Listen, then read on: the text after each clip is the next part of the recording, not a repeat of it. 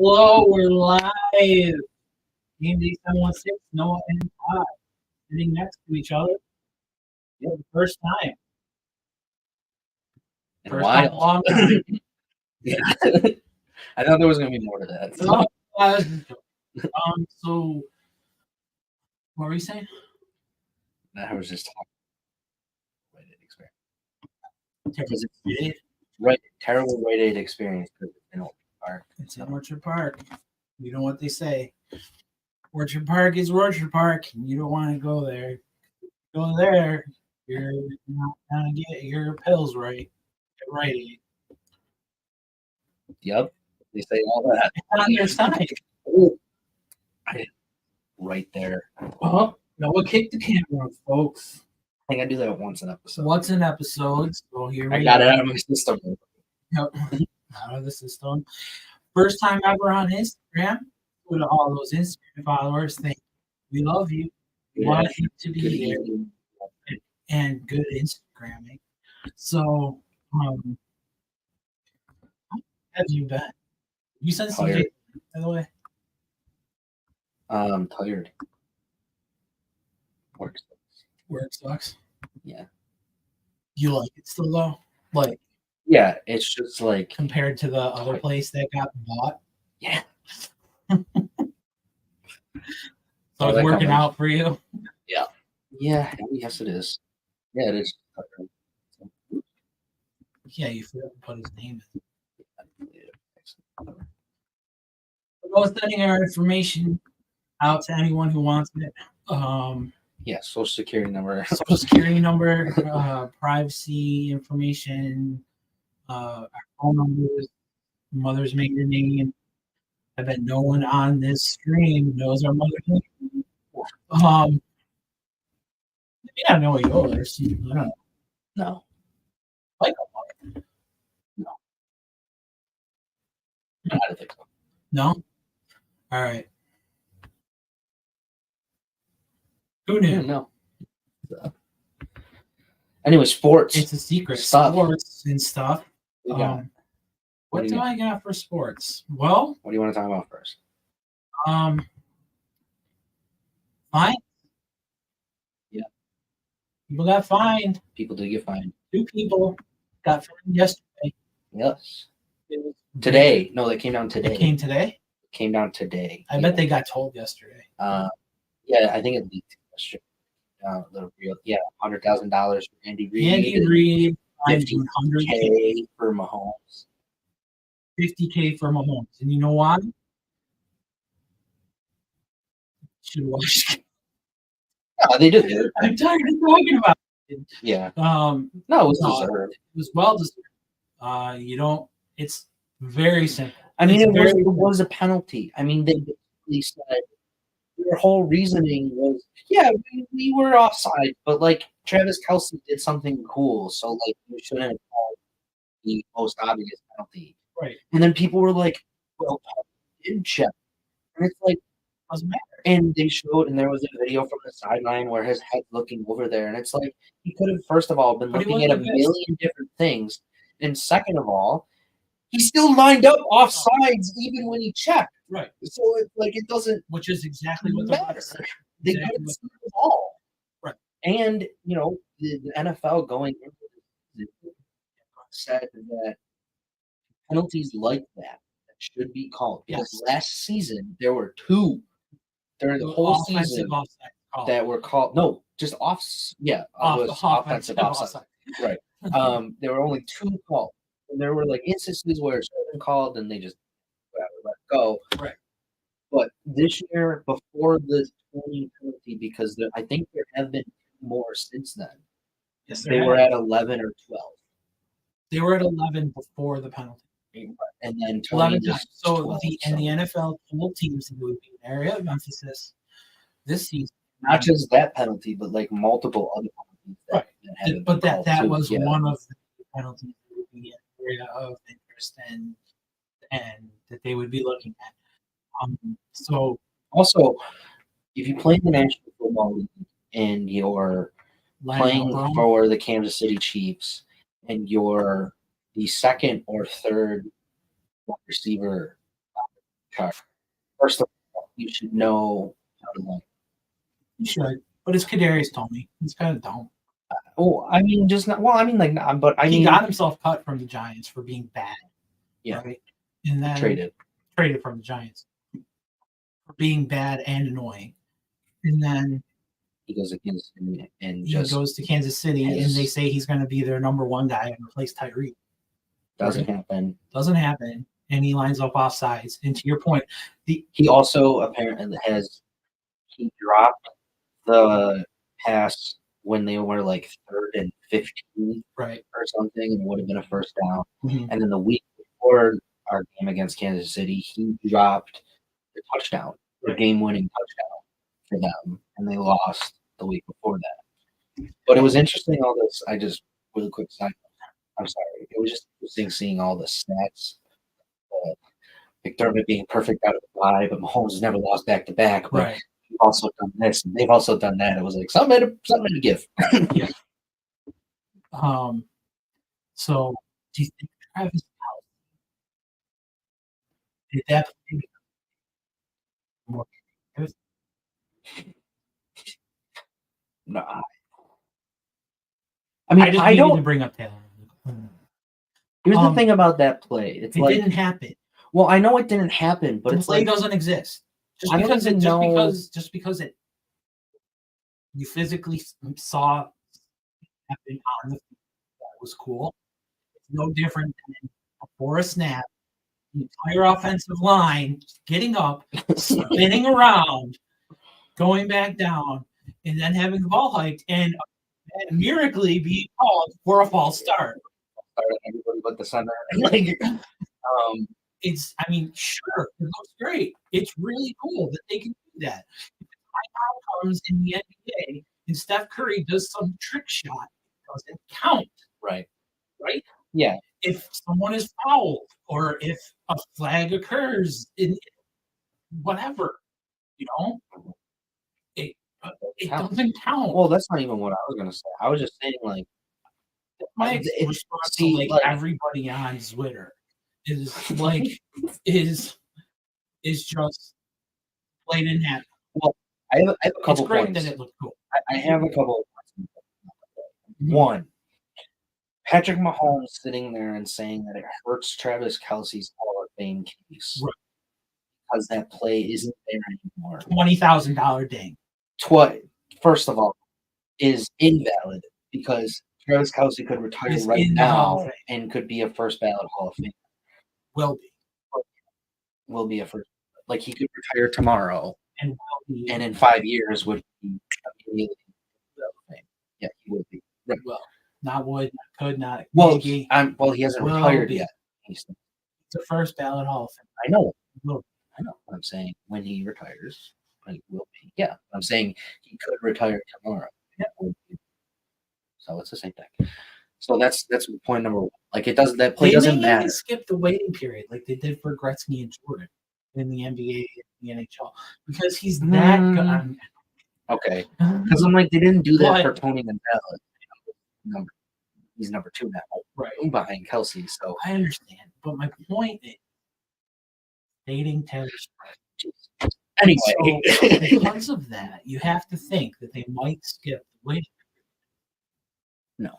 Anyway, yeah. So that's invalid. And 2, like, that play had to be designed instead of just improvisation. Because there's no, if you're wearing unless I don't know how Kelce knew he was there without there at least being some prior discussion about him being there, because he threw that 15 yards backwards.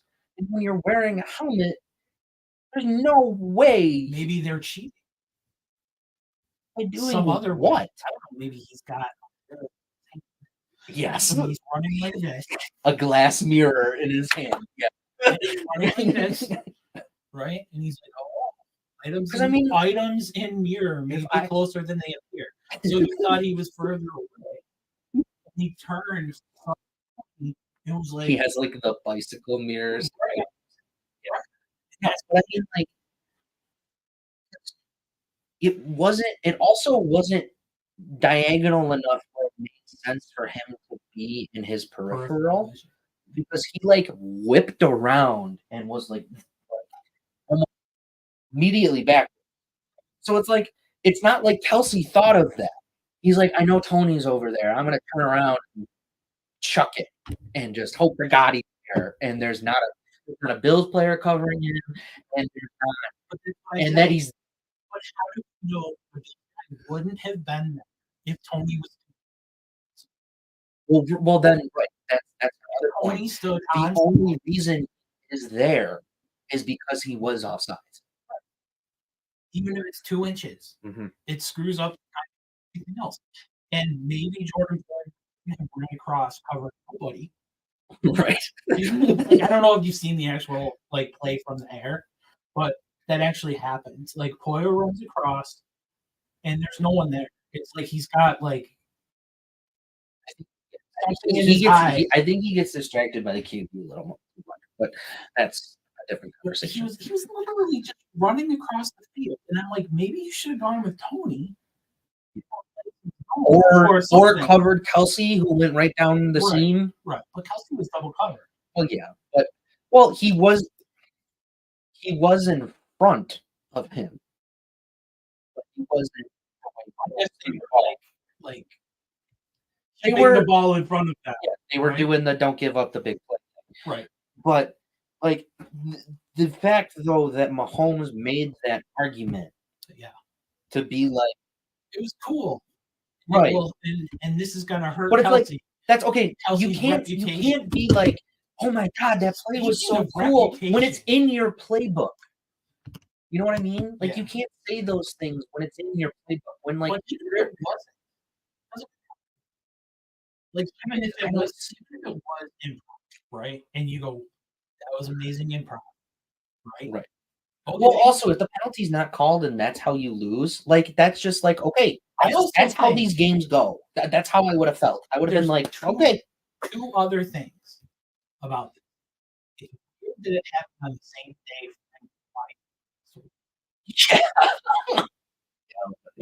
And so, for those who don't know, Frank Wycheck is the forward pass that wasn't called a forward pass in the Music City Miracle, also called the Nightmare of New Year's. Nightmare of Doug Flutie's life, probably. I had a good name for it. But well, it's also called Home Run Throwback. It's also called that. But I think that's what the play name is. Play name. Yeah, let's run the home probably run. Means the Kansas City Chiefs had that play. Right. But, and so I think Kelsey threw it forward. I don't even think it was backward. If you look at the play, clearly offside. Like it's a forward pass. I don't know. Kelsey throws it this way. Well, he does like turn around though. Like he. Like, I'm just kidding. Oh, okay. I was trying to think of it. You were really making me. Oilers trying to tie it all in. Yeah. And like I said, when you're talking about Kelsey's reputation,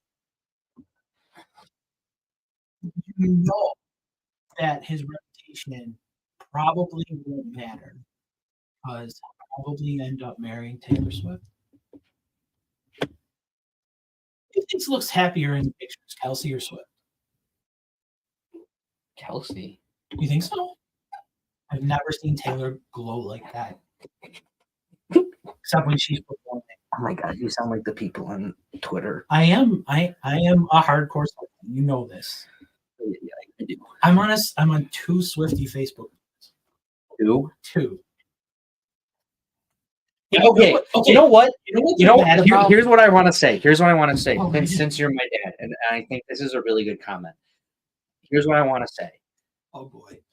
Like other people out there may be like weird to be so obsessed with Taylor Swift, but like I'd rather and have. You're not like weird. Yeah, no, you're not weird about it. I don't like some people can be. I don't even think like, ooh, she's hot or anything. Like I Noah kicked them. Yeah. I don't even think like that. I'm like, oh, I got to rail Taylor Swift. I'm like, I like her music, and Yeah, her concert was amazing. So, I would rather though have you be a part of Taylor Swift Facebook board mhm. than have you be a part of like QAnon Facebook Right, boards. I'd, you know what? I'd, like or whatever, right? well, like, I won't. don't take this the wrong way. I don't think you I could pay let's no, you could. would understand the Yeah, how to all use the it. speaking Because it's like, well, the thing stuff. about 4chan, right, is it's like everybody knows it's a scummy website, but it's like Mhm, you have to know where to go. mhm. And I don't think you'd be able to figure that out. But Well, I'd be just texting you you all the time like this. Just so everybody knows, I text with one finger still because but like I'm part of that I'd rather 6-year have generation. you, but you would definitely get something like a QAnon. What you think I would? No, no, no. I'm just saying, like, if you went Maybe a down, Democratic one or no, no. something. I mean, like, if you went down the right wing rabbit hole, like people did over COVID, Right. like you're more likely in the all white people Facebook group Mhm. where like they sit there and are like, back in my day, Yeah, I don't more do that. white people own homes. I just do it to teach little girls. Stop, stop. We're done. Anyway, No, I do to it to continue. teach the people who listen to yourself about how to be good people. Well, I'd rather you like talk about Taylor Swift So than talk about like then be sucked into QAnon or like go or have thank gone down like that rabbit hole. So like honestly, if I had like Taylor Swift, Nebraska volleyball, right? yeah, Those are okay things. yeah, I'd rather have that. Wholesome. Yeah, Mid sure. America.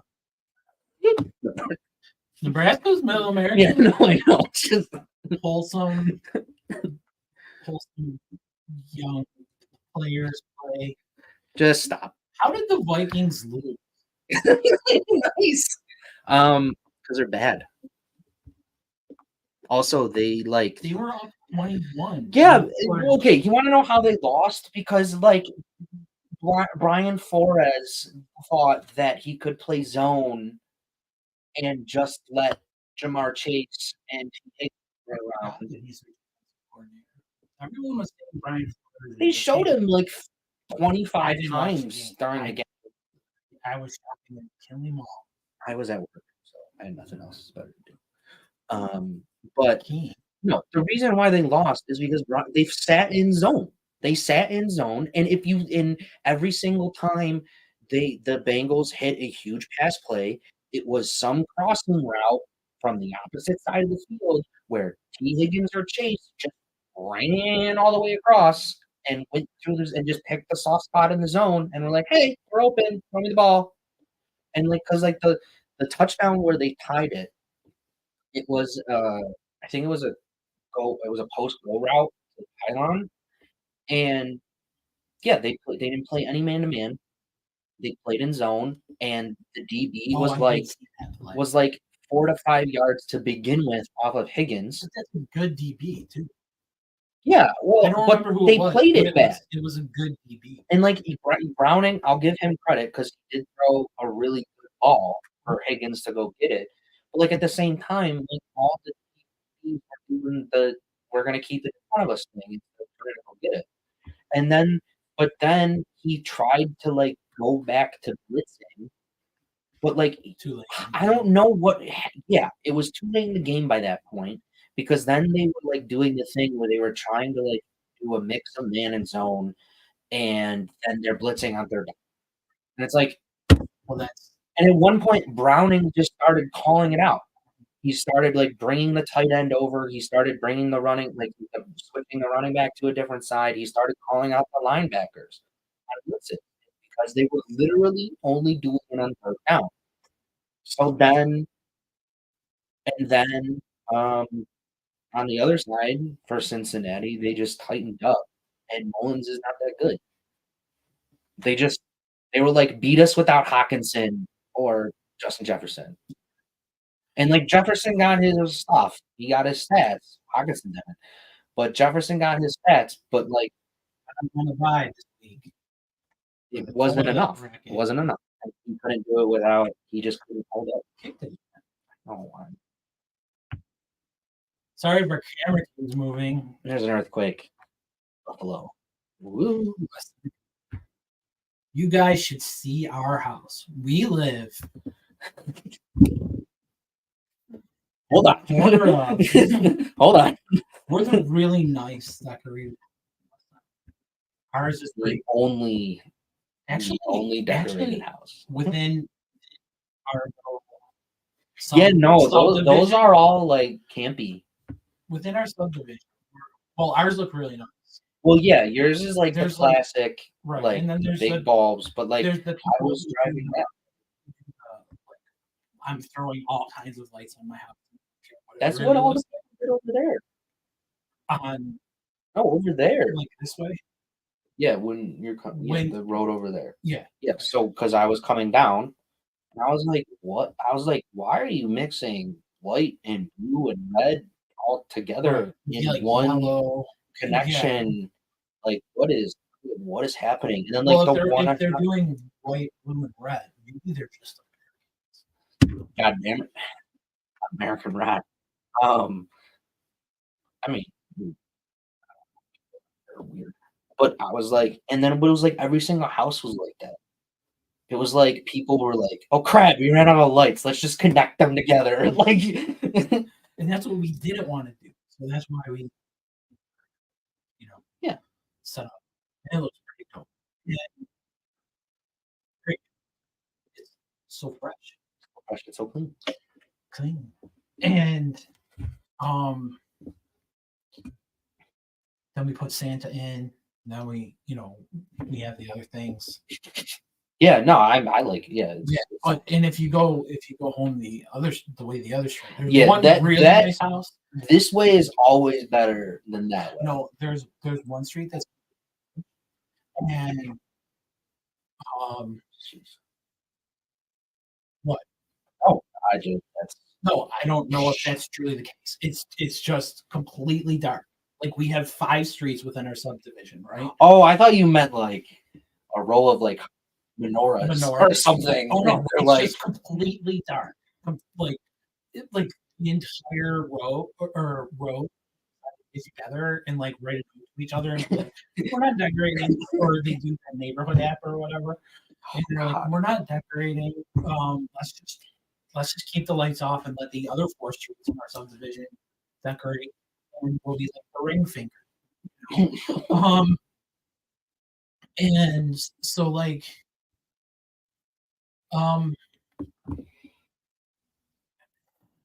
no, everybody. If you go, the most annoying. If you go this way though, there is one house that has like these fading lights that like come on and then they fade out and then like they move across the top and they move like the lights move across and it looks really cool because they're actually using Christmas colors instead of like the one that over there that uses like the LED. Yeah. Like. Yeah. That looks weird. Yeah. Yeah, it looks weird because they use purple and pink. And right. Like, all the different colors. Right. And it's like doesn't look good, except for when it turns to red. Green. And you're like, oh, and then it turns to like purple and pink together, mixing and sending all these different colors all different ways. And you're just like, weird. Oh. It's weird because it's like, why do you have aqua in your like, it's not a Christmas color, right? When you clearly can control the colors of what you're doing. No, I've always noticed it. The front has always been better over here. I think they're richer that way. I was told when the subdivision was made that actually up to our house, like the corner where we live,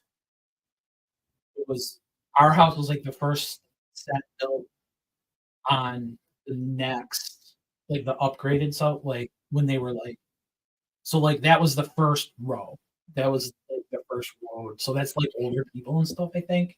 Mhm. and the houses are smaller. You can tell Mhm. in that kind of thing too. So, I think it's just older people houses that foreclosed because I remember when we first moved in, they were like, I have foreclosed, and yeah, I was telling you to look at them and buy them, but it would have been cheaper than you probably. But yeah, so I mean that's kind of what it is. And that's also now because of the foreclosure. There's also a bunch of young families, Mhm. and some other people really have built up their. You see that they like gutted their house. One Mhm. guy built a whole back half, a whole new back half to his house because it was probably like a small bedroom house. Anyway, boring. So Right on. All right. if is he in the Hall of Fame? Yes. Okay. So yes. Okay. $150,000 lighter between the two of them. Shouldn't it? Hey, So, don't break the rules. I don't know right. what to tell. Like, I don't know what to tell you. And like, I like though. Okay, I do like the fact though that the analysis from the national people was the same thing. Don't commit the penalty. What do you want? Right.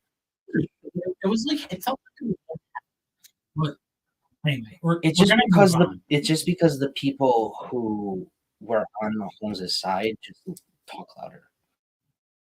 I think It's that's because those people are like the or the it's home apologizers. yeah, like it's like Nick Cartwright that people don't like to begin with, Nick and like Wright. yeah, whatever. Nick Wright because he doesn't deserve that. That's whatever. I don't care. I don't. I think you mean Nick Wright. Yeah, got him. I did. It's like the people who have bad takes to begin with. So, Yeah. like, He did. Josh Allen. In one. I don't remember what he said. oh yeah, because we lost. It was when we lost to the Bengals, I think. Oh no, it was since the Mahomes thing. It was. Oh. I don't know. He did. He All said right. something. Okay. Like I'm assuming that one of his things was turnovers, right? Yeah. Yeah. Okay. So like the best point I've seen on this, and I completely agree with it wholeheartedly, is that in the past, that when Brady won his Super Bowl, he with Tampa Bay, he was second in the league in interceptions. Right. In interceptions. Yeah. Or no, I'm sorry, in total turnover. He was second in the league. Mahomes was first in the league when he won his first Right. Super Bowl, third in the league when he won his second. Mhm. The Eagles, when they won, they were also in the top, and I'm missing somebody else too. But it's like every single past Super Bowl winner, their quarterback has been within the top 5 of total turnovers in the NFL. Every single Super Bowl. That's like 5 to 6 years. Past 5 to 6 years has been Brady, Mahomes, And somebody else. I can think. and There whoever was a won, random one. who won in that middle one. Yeah, there was some. Yeah, but it's like every single one of the quarterbacks. Was it Russ? No, At the Seahawks? Oh, but I think he was an example, right? He was another example of someone who had done a lot of turnovers the year he won the Super Bowl. Yeah, so it's like it's not even like it shouldn't even be a conversation because the other point because it's like you just gotta let him do that. That's the way I feel about it.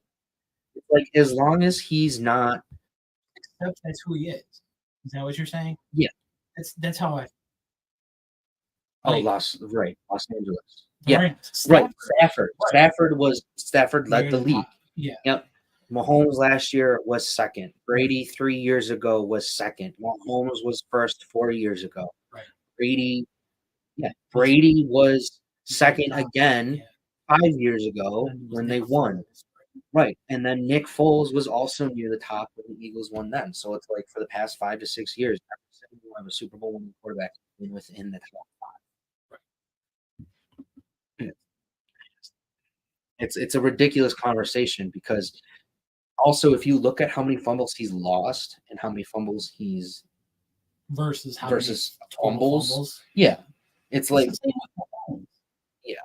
Mahomes has 12 total fumbles. But Mahomes he's is only proud, lost strong, one. and independent when he fumbles the ball, and Josh Allen is broken. Right. Is a broken quarterback Well, when Mahomes he has fumbles. fumbled 12 times. Yep. So is Tua. And Tua's lost more, but more than Mahomes.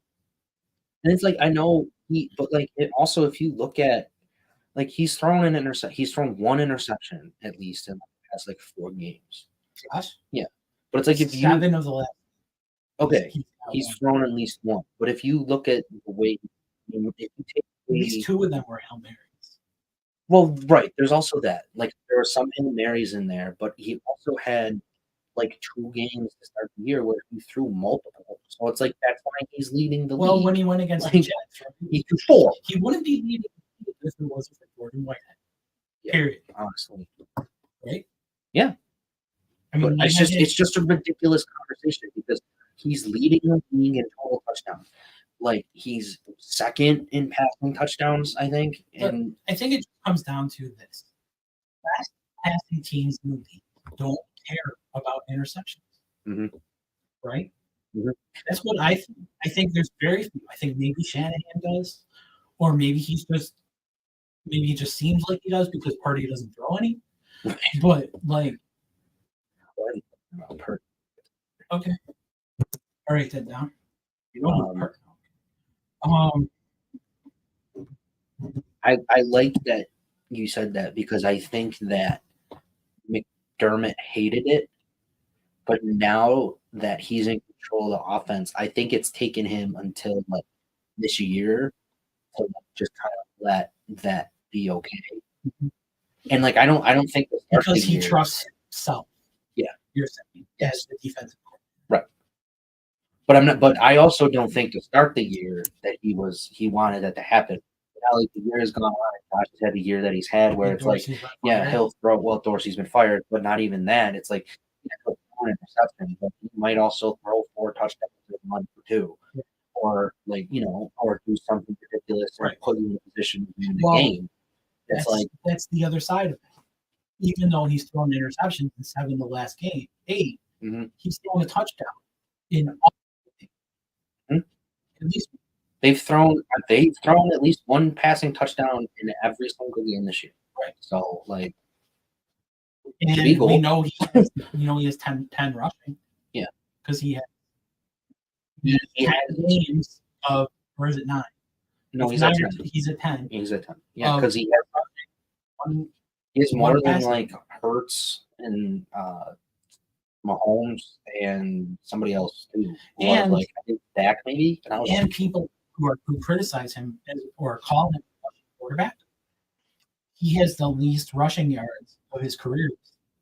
And even though the season's over, and you say, well, of course, he would have the least rushing yards of his career with 4 games left. But if you look at it, he's still going to finish the year unless he has some major huge. Right, unless he has a Lamar Jackson game. Yeah. Where it's like he passes for 50 yards, but for 250. Yeah. Kind of thing. I don't see that ever happen. But I don't either. Especially this year. Brady has improved. I'm good. No, I have something about Brady. Brady has improved. Actually, I have 2 things about him. So Brady has improved the called run, like the runs where they say, actually, this is actually Josh is going to run out of the pocket. Yeah. Where they actually look like you can go, okay, that was an actual planned run. Right. Oh, yeah, I think you saw that multiple times. He's improved that, called them more at better times. With Dorsey, I felt like I couldn't tell. It was 4. That's what I felt.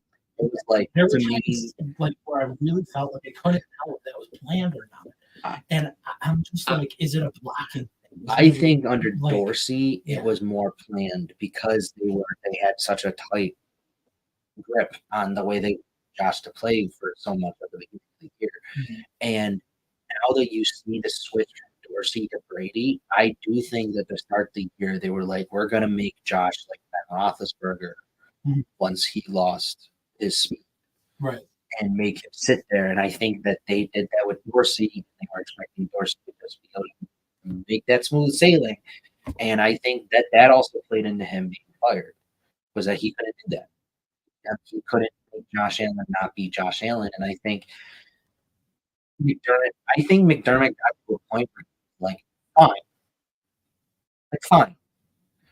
I can't make Josh not be Josh. And I think with Brady, the playbook has opened up more. And Dorsey, bye. We're going to try again. Yeah. And I think what he did to Brady was he goes, you have full control. That's what I was going to ask you. He's like, dude. Or if Brady came to him and said, if you're firing Dorsey, putting me in control here, I'm in control. I have a feeling that there was a very long conversation about it. And I think that the way the conversation had to end up based off the stats that I'm going to give and want to talk about after I make my point here, but that the conversation had to end up at a point where Brady has full control to just go win us games. Do whatever you need to do, call whatever play you think is best offensively. I'm sure McDermott gives his input because he's head coach, but I think that when they handed the reins over to Brady, it was, we need to win to make the playoffs. So that's your job. Right. Is to win. We have 7 games left. Right. And so we're in a precarious situation, 7 games left. Here you go. Here's the reins. And he said, well, you have to let Josh be Josh. Right. It's either he said that or that was just the way it was from the beginning. But I have a feeling with that Brady, not with Dorsey. No, I think with Dorsey they had a plan. They had a plan. They wanted to they wanted to rein Josh in. They wanted to make the pocket pass where it only goes sometimes. They wanted to make him a whole guy, and that's not Josh. And I think when they were averaging 19 points a game over that 3-game stretch, and they lost the way they did before the game to Denver. Yeah, that was the game, right, where he was fired. I think when they lost the way they did to Denver, McDermott sat there and was like, "I'm done. Like, fine. Protecting Dorsey, right?" And was like, "Fine. We have to let Josh, and we have to do it this way for you to make the playoffs." Imagine if someone tried to there's all this Josh compared to Brett Favre, right? But I would say imagine if someone tried to handcuff Brett Favre, but you're not old enough. Well, imagine if somebody tried to handcuff Mahomes. Like, imagine if Andy Reid said to Mahomes, "We're worried about you getting hurt too much because when you roll out and do those ridiculously awesome things, you have a chance to get hurt." And he protects himself insane, compared to anybody.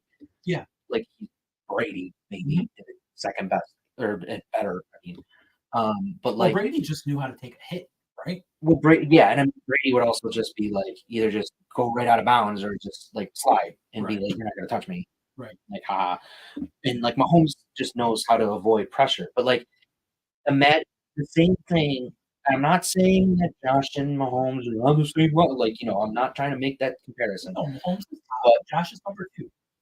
Clearly. But it's the same thing as if Andy Reid were to go to Mahomes and say, "You have to stop rolling out of the pocket. You have to be in the pocket." Because that's 100% what they said. Right. We're not going to roll you out. Right. We don't want you to escape. We don't want you. He's at his best. Because we don't want you to. That was obvious, but you see it now with Brady. He's rolling out on design plays. It's designed for him to take the handoff and roll to the right and then throw it. And it's that's working. But the other thing that was also working insanely well that was barely used under Dorsey is motion. They went from being the 29th ranked team using motion with 26% of their plays use motion to being the 3rd overall team with 49 or 42% of their snaps being using pre-snap motions. I think it's even higher. I think it's 49, but I could. But Well, half of their motion. Or half. Like I know it was in the full. It's nearly half. Nearly half of their We plays don't use have to motion. argue. Yeah, but yeah. I mean, it's a good.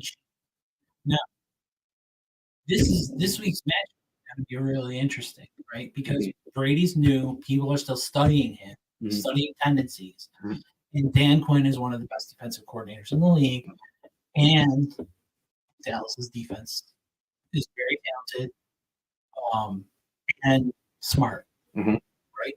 So, but they've also shown that that's correct. the thing.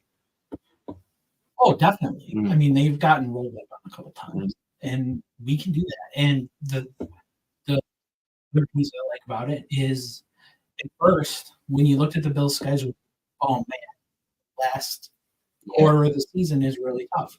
Now you look at it and you go, Dallas, that's tough. Tough. Chargers, right? Easton Stick, right? Oh God, yeah. And then it's New England, right? New England, and then Miami. Check. Yeah, which is going to be a huge game. Yeah, and you know, except Miami lost. Firing. Right, they're mutually agreed hard ways. Kraft won't let him do it. Kraft wants to hold on to him, trade him.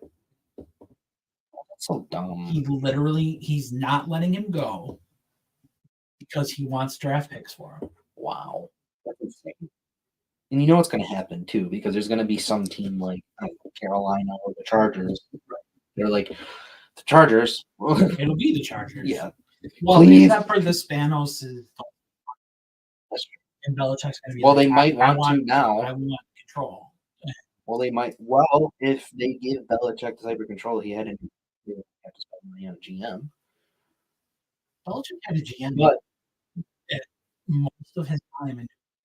Well, it's Casario, but there wasn't anybody with the position. Well, Dimitrov had it before that, and yeah, but those were like the director of player personnel guys. Like there wasn't anybody who was like given that title.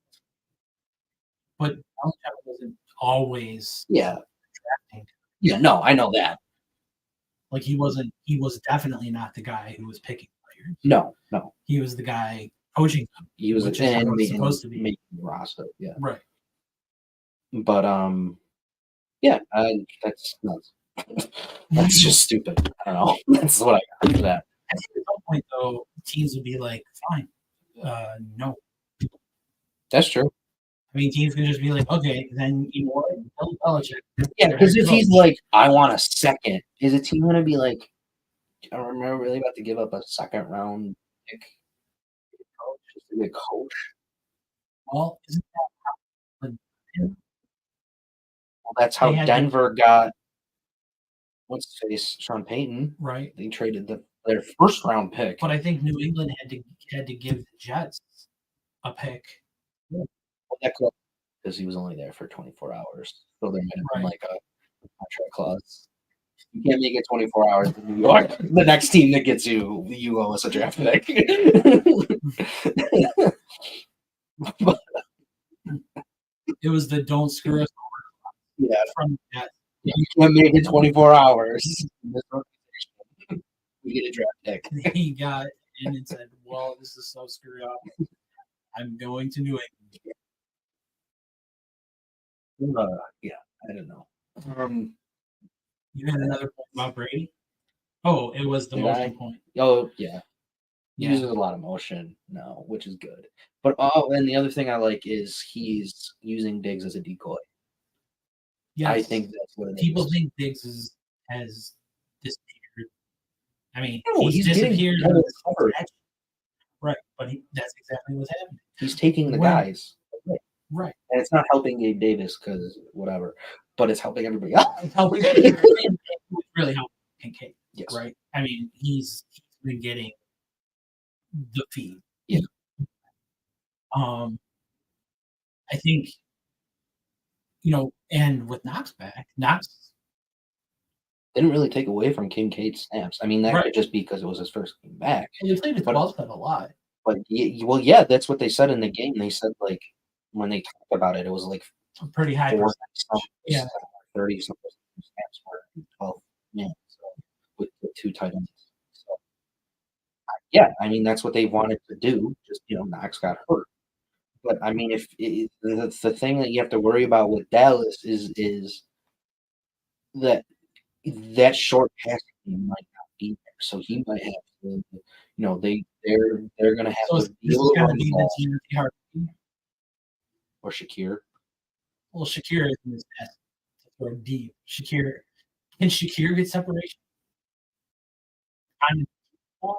It seems like he can No, get separation. you like, don't over need the deep middle. balls. I mean, you need to definitely take a shot against this defense because they're very liable down the field because they want to make a play versus getting Things I rid of the don't want pass. to happen. I don't want to. I do not want to see Micah Parsons chasing down Yeah. Josh trying to throw That's across the field, and then there's getting Deron Bland there's for his Deron seventh Bland. Right. his pick 6 of the year running the opposite way. I do not want to see that. And if that Yes. happens, you all owe me out. If Spencer Brown is having trouble, they have to then really start. They're going to have to use. Yeah, they're going to have to use the halfbacks and tight ends as chips to chip. But I think that's just what they're going to have to do. I think in this game you're going to see them heavily use 2 tight end sets because they're going to chip. I think they're just going to because that's what they did against. They'll use motion, right, to figure it out. But it's like Dallas. But if you're chipping the ends, it doesn't matter. No. But I'm saying, like, say Dallas might. I know Lawrence is important. Oh, it's what they did against the Raiders with Crosby. The whole game, all they did was just have Knox shove him every single time. Like he would just go boop and run away. Like, okay, I'm gonna go run my route. Bye bye. Parsons, Crosby. Yes, especially off the snap. Yeah, but the thing, like when you're lined up like that, like if you're getting chipped, you're getting chipped. Yeah. Like unless you. I mean, Parsons is ridiculously he could pull athletic Miller and run 20 yards straight on the field. And be 10 yards past the quarterback. Well, I mean, like when you're chipping, like the tight end or the halfback will go out of their way to make sure that they make contact with the guy. And like even if they miss, like still having that extra split second, that extra like if you're just able to just move him one way and not have him do like the full rip, like be able to do it in all one motion. If you can just stop that for a split second and give Josh that split second, then that's what they need to do, in my opinion. And they're going to need to do it more on Parsons, I think, than Lawrence. But I think the other part is more of a bull rusher anyway, and a run stopper. Yeah. So but I think in this game that they should just. I think they just gotta do what they did. Win. Well, yes, but they brought Tony Romo. Surprisingly, so tough. Was not. It is, but he was not that bad. I thought.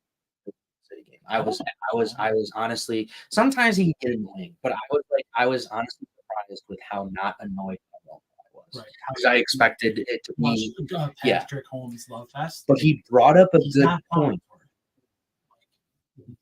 That drive to open up the third quarter where they just marched down the field, that was all Josh.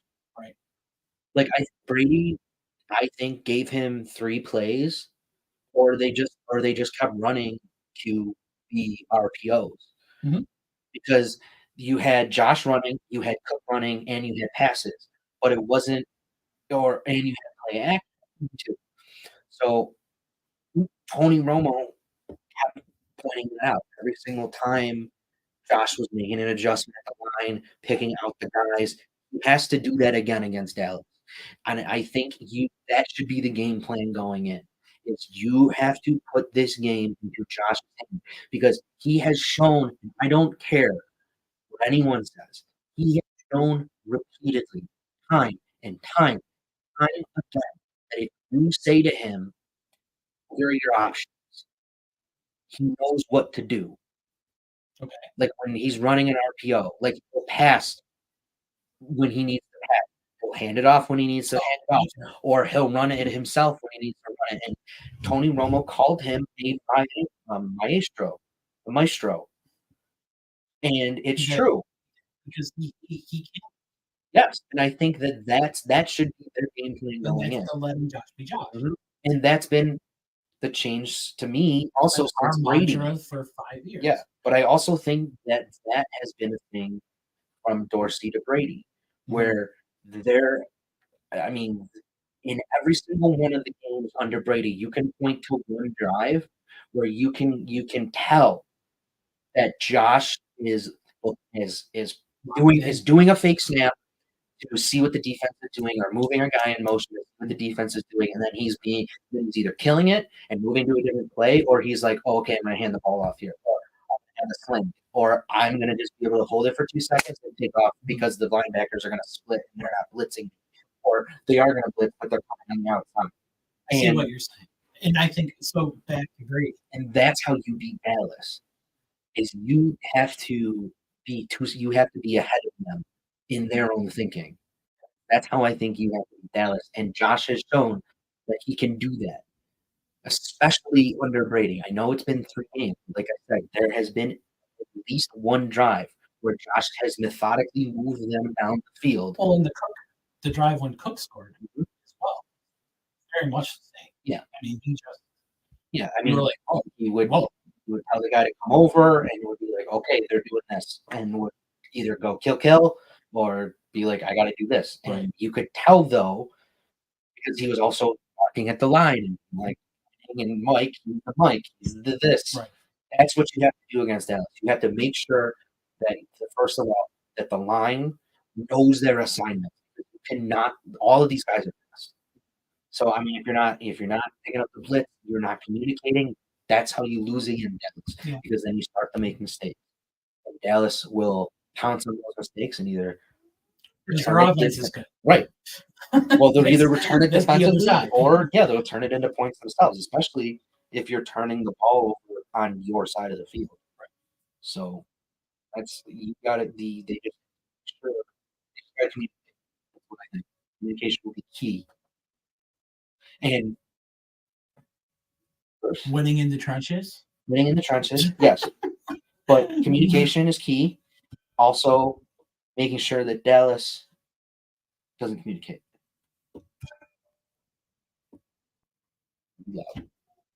Loud. You know, it's funny because the coach of, I'm going to go into this. So John Cook, NCAA Women's Volleyball Coach of the Year, talk about how great the volleyball crowd. And they're amazing. If you watch Nebraska play, fantastic. They're amazing. I think the finals are tomorrow. I hope they're tomorrow because I'm watching them. Maybe I won't be watching them. Who knows? Are you tailgating or just going, or based on the weather? I don't know yet. I'm gonna have to weather it, or see how you sleep in the morning, or both. Okay. I want to see how the weather is, and then because we're supposed to get like half an inch of rain between 1 and 4. And it's supposed to start at 12 and literally last at 8:30. Well, this morning Google told me. I don't know when you saw it. Google told me this morning that it would rain from literally, they said, from 1 p.m. to 1 a.m. That makes sense. Oh, okay. Oh boy. Yeah.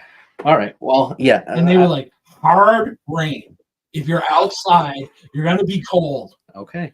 If you're in a stadium that has a lot of wind in the 300 level, make sure you dress. Yeah. And that's what Google was saying. Literally, word for word.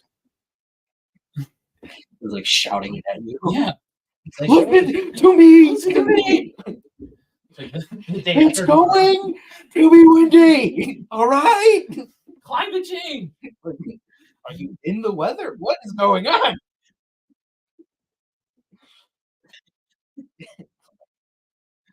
Okay, so keys to the game because every single key to the game in every single game is exactly the same. Do you in every single game?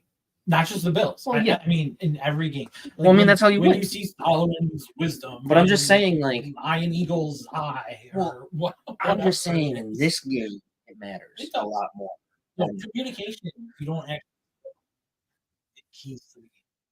But I So think, I'll like, give you that. I think like that, like you're gonna Mitch Morse is gonna have to like He does though. and I know that, but he's gonna have to be on point. Josh is gonna have to be on point. They're just they're all So gonna Mitch have to- Morse is an important part. I Josh. think the line as a whole. So Like just making sure that they can't constantly be in the back, that Dallas can't like just blitz all day and Right. be in the backfield, or like that they're beating guys off the block. Like you can't have that. Well, You need to give Josh the time to do what he needs to what do. I hope they did this week, right? Because Micah Parsons is right. He's just fast. I mean, He's super athletic and strong. right. Like I'm not saying he's like 220 or something. Yeah. But I mean, he's not like this big hulking, just complete freak of a 280 pounder. He's a complete freak of like a 245 or something. no, So he's not. What I hope they did is with the practice squad, whoever they have on there, is like they took a receiver or something. Yeah. Or like a tight end. Put them up and put somebody fast, whoever it is, right? Put them up against and said, this is what you're gonna deal, right? Every time, like, and even took Brown aside, said, this is what you're gonna deal with, Right. right? And you whistle, right? And you have that running back run at him and try to get around. Just run. Yeah. Right. You know what I mean? Yeah, this is what you're gonna do. This is how you're gonna do it. And and hopefully Brown is ready to take on one of the fastest, probably scariest pass rushers in the league since Lawrence Taylor. I mean, when you look at the DNs that they faced, I mean, they faced Max Crosby, they faced Chris Jones. I mean, they faced a couple, Josh Allen, the Jaguars. Holland. Yeah, they faced. I mean, Holland Phillips and from Miami. Yeah, and they neutralized Crosby, they neutralized Chase Young and Montez Sweat.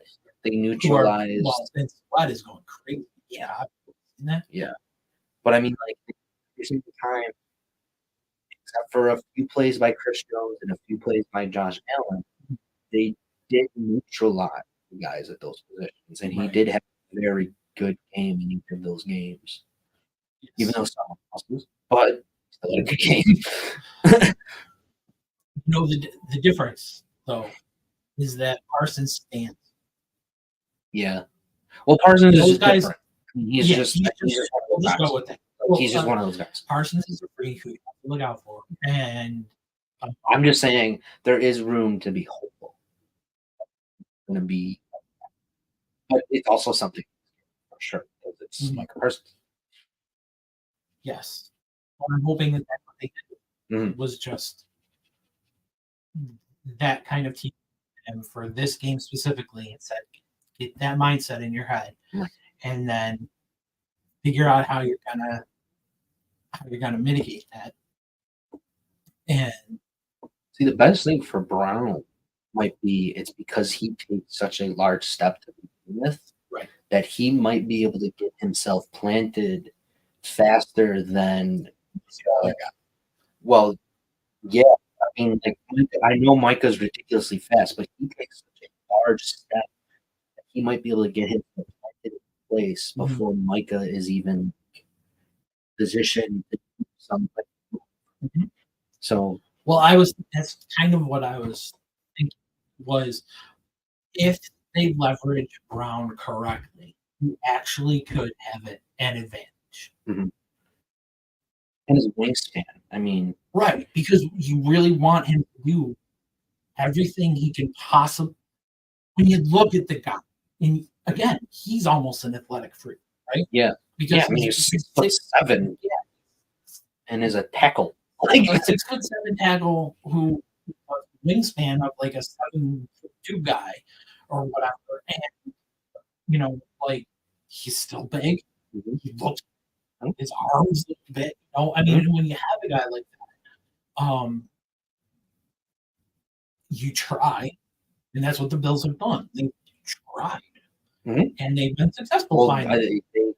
I mean, I Right. think this has And- been Brown's best year And because yeah, you've always had to complain about his hips and right. all that stuff. But it's like this year, I don't know if like the drills were like go to yoga or something, Right. but like he figured it out. And he either was like, oh, I take a really big step because I'm 6'7".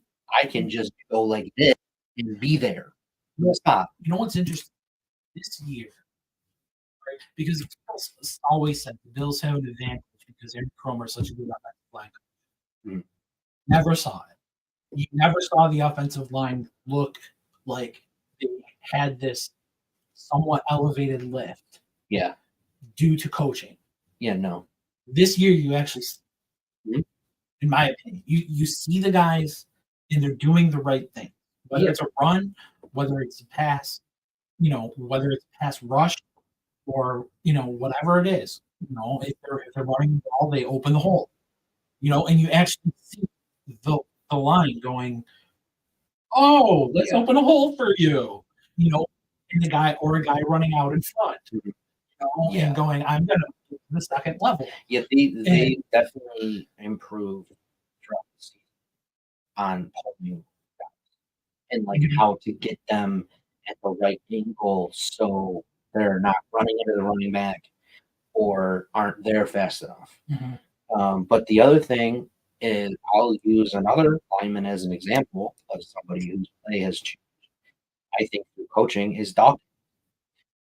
Dawkins coming into the after last. I think COVID last year took it out of him because he was such a big guy and all this stuff. And I think like he just never was able to fully regain stamina until this year. But even going into this year, he was still having mistakes. And the thing that I noticed, he would always take the large first step and then try to go. No, he's too big of a dude. Yeah, he's a big dude. Yeah. Right. So like Spencer Brown is a guy, but he is muscle. Yeah, I mean, he's slim because he's so tall. But Dawkins is only like 6'2" or something, 6'4" maybe. I think he's pretty tall. But either way, Dawkins is big. He's big. Deion Dawkins is 29. Wow. Yeah. Yeah, he's 6'5" and but he weighs 320 pounds. And then when it comes to he's listed at 320, but he probably weighs 350. Right. So, and then Brown is like he's 6'8" and only weighs 311, and that is a large difference in weight for a lineman, in speed, in versatility, in agility. So the thing that I noticed was that Dawkins, as you would as a tackle, is you always take that first large step to establish your position. The thing that I noticed to change with him was he's shuffling his feet. Yes, shuffling. It's annoying. And because that's not the right technique, but it's working. He's having it right, but he's really not. He's not. No. I guess to that point. Which he is. But yes, he looks like a guard playing tackle. But it's working. But it's working because he's that good at the tackle position. And I think that also, and then goes back to your point about the coaching, and that's what all this stemmed from to begin with, was I think that Homer worked with him. He's like, you don't need to take the step. Right. You can shuffle and probably they probably worked on it. It's like when you pivot, you're pivoting like you're a bowling ball. Yeah. Right. So a bowling ball pivoting doesn't do anything. You spin right. Because he would take especially on pass plays. If I had a bowling ball right here, right? if I turned it, right, you nothing still happened. right, you still like literally nothing happened. Right. Because the ball is just what it is. Mhm. So when he was pivoting, he was just throwing the ball. Yeah. Like you're not taking up more space. You're not doing anything. You're just pivoting. And shuffle, if you took a bowling ball and went like this, right? Mhm. I think that's what you're trying to say. Yes. If you took a It's bowling ball literally and- well, and yeah, went like that's a good this, point. When or you went like roll a this, ball, right? when you roll the ball, you're moving. Instead of spinning. Right. So, yeah, that's it. Exactly. So what he was doing was if the ball, he was that's exactly That's what they kept trying. and, Yeah. and that was the biggest problem was especially on pass plays is you could see it when he would take that first large step. He first of all he doesn't have a step in my opinion. I don't think his step is wide enough because he's such a big guy. Just the way he's built. Yeah, it's the way he's built. His step is not large enough to seal it off. Mhm. Where if the end that he was facing was good enough, which you saw at a couple points in the beginning of the year, and he got exposed against the Jags, Mhm. and I think that's when everything changed because he was letting sacks left and right, and that was if he does not make that step fast enough and plant himself fast enough and put his hands up fast enough, his hands on the guy fast enough, and do all of that fast enough. I'm making a point. A lot to do all at once, especially when you have guys like Max Crosby, Sweat, Young coming bearing down on you. Right. Because they're wicked fast. With the shuffling, it allows him to just be there with the guy. And he's not he would always take the guy and engage, Right. right? And he would always get called for a holding penalty. Now Yeah. he's just beating the guy back and just being like, "You're not getting past. Like, I'm gonna shuffle down the field with you, and you and I are gonna like play patty cake. And I'm not gonna let you get there." And that has been one of the biggest changes for Dawkins is and it's because he's getting old and he's getting slow. If you can make it work, which they have because they have Cromer, going back to your point,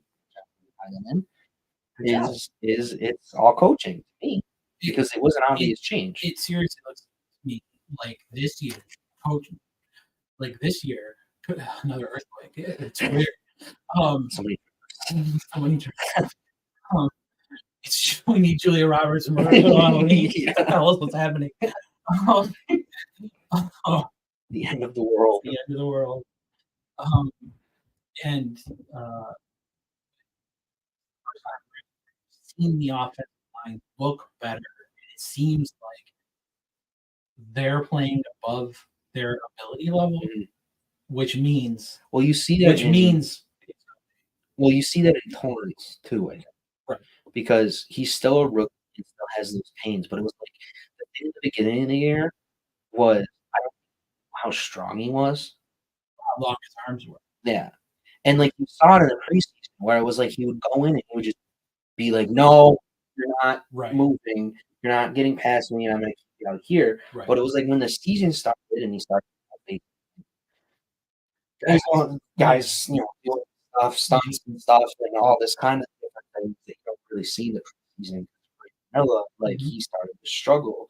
Yeah. And you have started to see him just like flatten guys.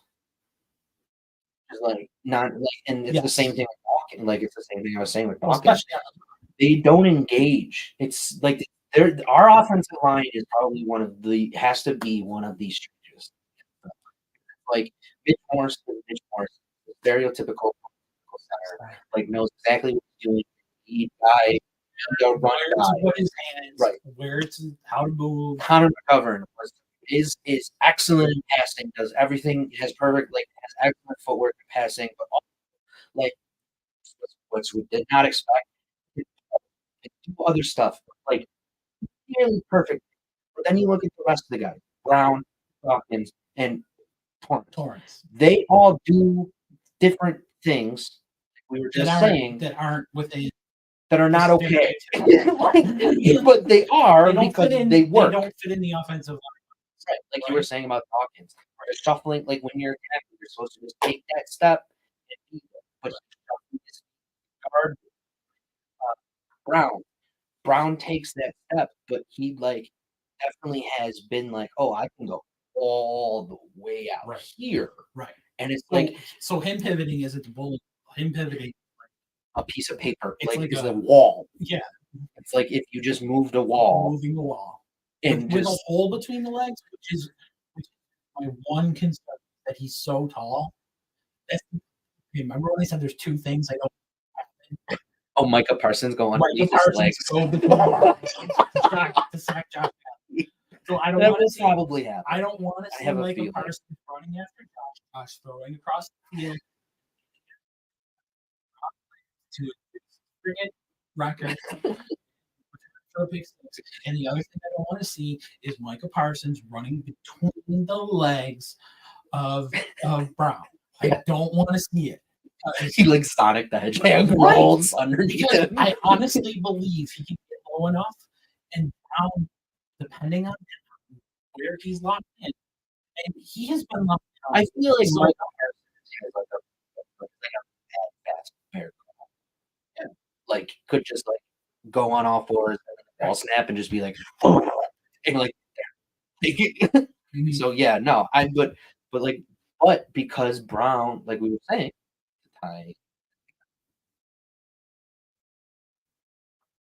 Brown taking that big of a step, he's not supposed to do that. Right. But him not taking that big of a step was hampering him because he has to do that. Right. But he takes an extra large. Like Right. he goes farther than he should. Like he's almost splitting his leg. Mhm. Like it's insane. And that's been a change. Was like him just kind of like a normal like step, like just And a again, normal step. Back to coaching. It's saying use the skills you have, right, instead of in the box, which they've always tried to do. And that goes in the last year.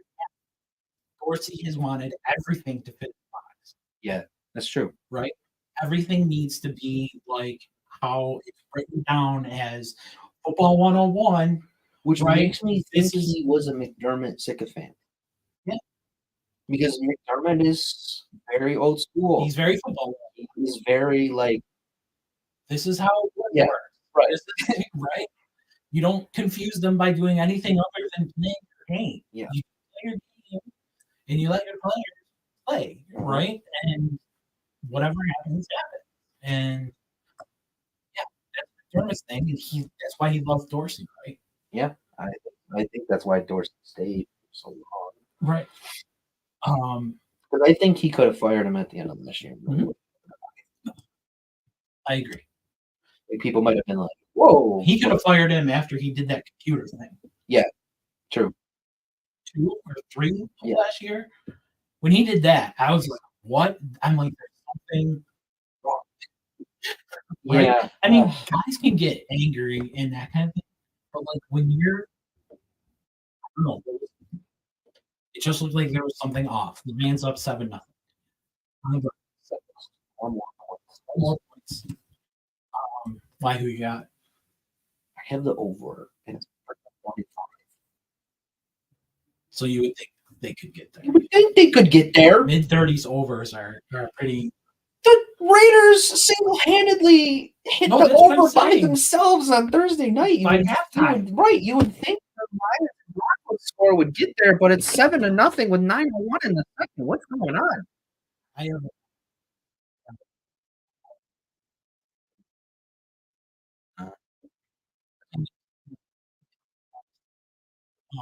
When I'm gonna win. Thanks, Corey. Yes, thank you, Corey Miller. Unless, like, I don't know, something goes horribly wrong, but like, there's no way. I don't know. No, he started injured. He started guys who are out. Yeah, that's right. He has Josh though. So if Josh goes off for like 500 points, yeah, but I also have Debo and Devonta and yeah, you have 4 like top tier receivers, right? Yeah. So my team's so bad. I know, but I look at my team and I was like, what? Like I was like, yes. You made too many trades. I no, but I was looking at it and I was like, okay, I understand was trying to do, you know, that kind of thing. You just And then I'm like, holy cow, I have nobody. It's gonna take me like 4 years to help. Oh, yeah, why you got have it. went to and Samuel, Aaron Jones likely went off. Like Lamb? yep, that's 'Cause how you won. I was hoping. almost. I was thinking, yeah. Well, I was something. rooting for you at one point because I thought I was only like I was the 16th, so I needed help, and I was at one point I was not projected to win, and My then guys, Deebo Samuel had like 2 touchdowns at the end of the game, and then Devonta had one. my guys They were. have like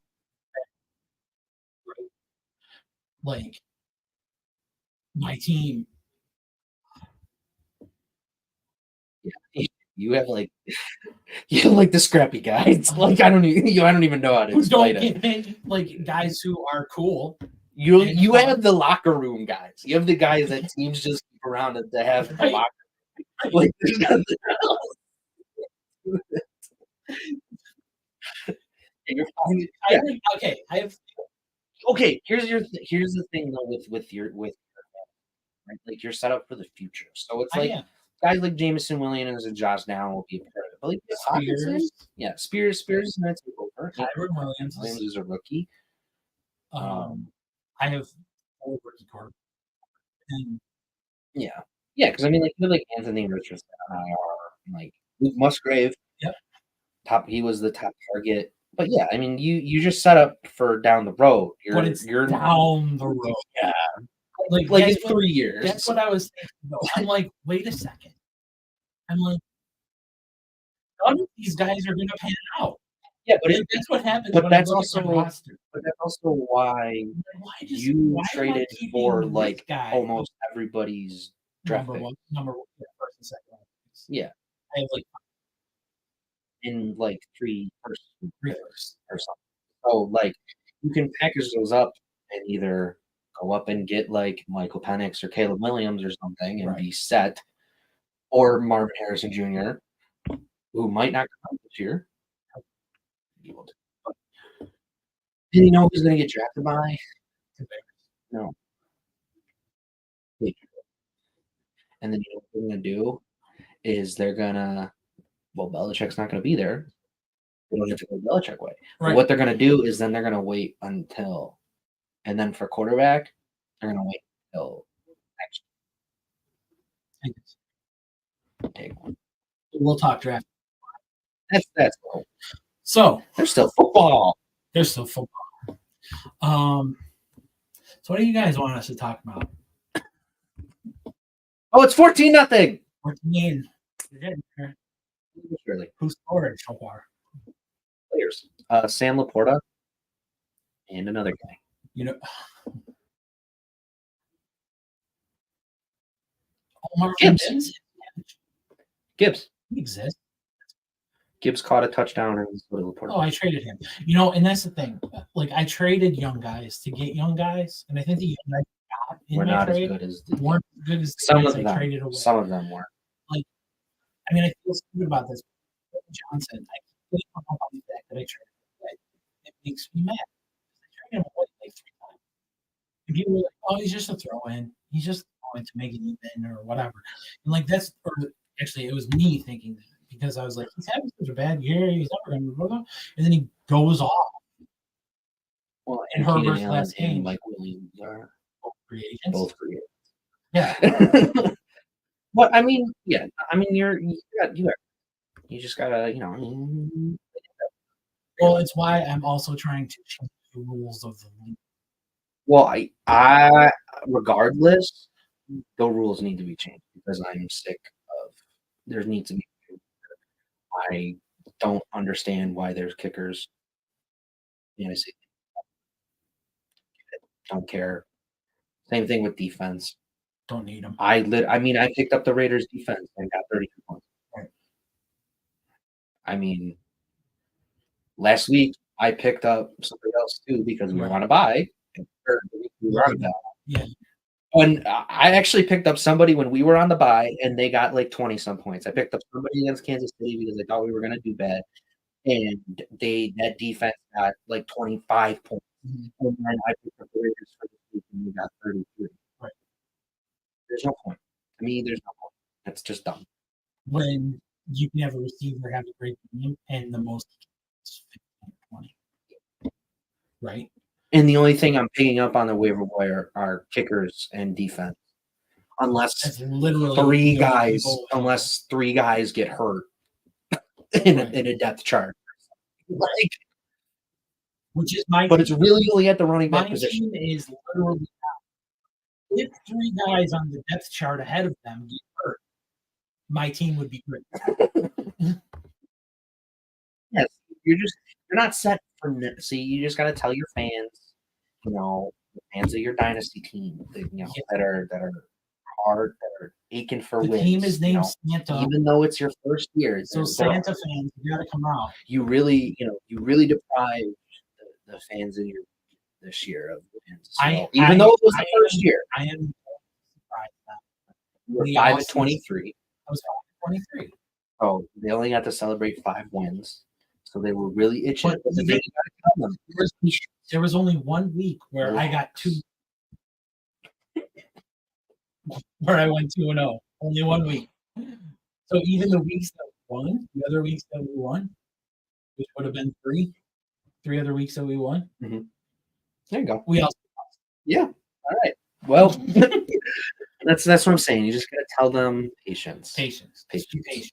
Because our 3 ties in the 1-2-0 week. It was only 4 weeks. It was only 4 weeks they got to celebrate. In 3 years, you'll be looking back on those moments. Or they'll be like, yeah. Or we gotta be on job. So that's that. I do find it funny that people thought I was gonna get murdered. Yeah. Because I made those that trades. a little bit. Oh, I purposely waited to accept your trade until I had to go through with the other guy, and then I immediately accepted your trade before we think about it and see that I made the trade. I was a little mad, but then I was like, yeah, whatever. Yeah.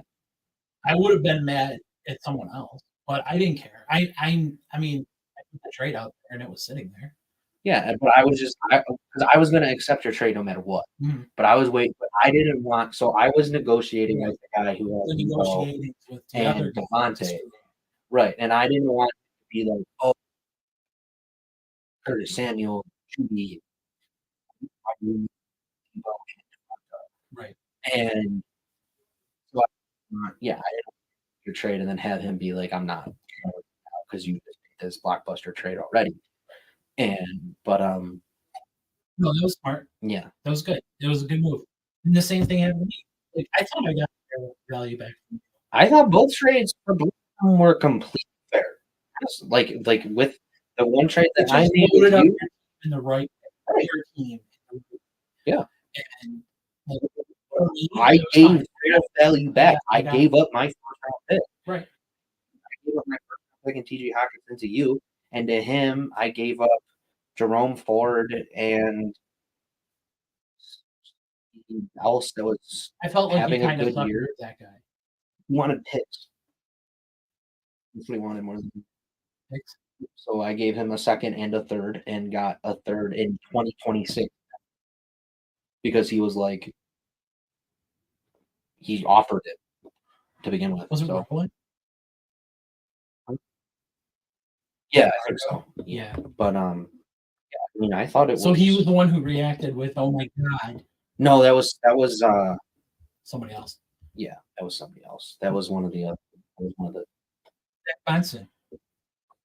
Yeah, doing all right. Best number 9 ever for the single. Yes. He's better than Derek Roy. Yeah. Better than Steve Allen. Yeah. Better than Jack Eichel. Yeah. Eichel. Yeah. Hands down, no doubt about it. We whooped their butt the other day. That was fun. Yesterday. It was fun. Yeah. I didn't watch it, but I mean, it was fun. Sneak. The score was 5-2. It was like so cousin's goal. He hit White Cloud on the ice, created the turnover, but he didn't go for it. He saw the guy trailing. So whoever the other offensive player for the Sabres was, saw Cousins level the guy and immediately spun around, got the loose puck, went to the middle of It the was ice. Middleton. I think it was. And then Cousins was sitting there and just whoa. And yeah, so like Middleton went in the middle and went to the right and he like followed him and picked him up and Cousins just in the middle and snapped home. It was a beaut. But like he just leveled the Vegas guy. But yeah, so it was like 1-0 and like Levi was being the good Devin Levi. And then they scored and you were like, oh boy. And then they scored again. And it was like it was a bad one. But then they tied it. And it was like 2 seconds later they scored again. Right. And then you were like, oh. And then they scored again. And you were like, oh, okay. Like, all right. And then they scored an empty netter. That's how they did it. Yeah, it was a fun net. It was better than the Colorado game. Sabres not for Benson? Yeah. I thought he was American. No. Denied his country's request. I thought he was from It was Team Canada, I swear to God. I believe you. Is it Canadian? Yeah, it was Team Canada. Yeah, they denied. Yeah, I would. Mm-hmm. I would too. He's the I saw some stat. I don't know exactly what it was, but it's like he's the first rookie. Canada's request for the World Junior. Yes. I play.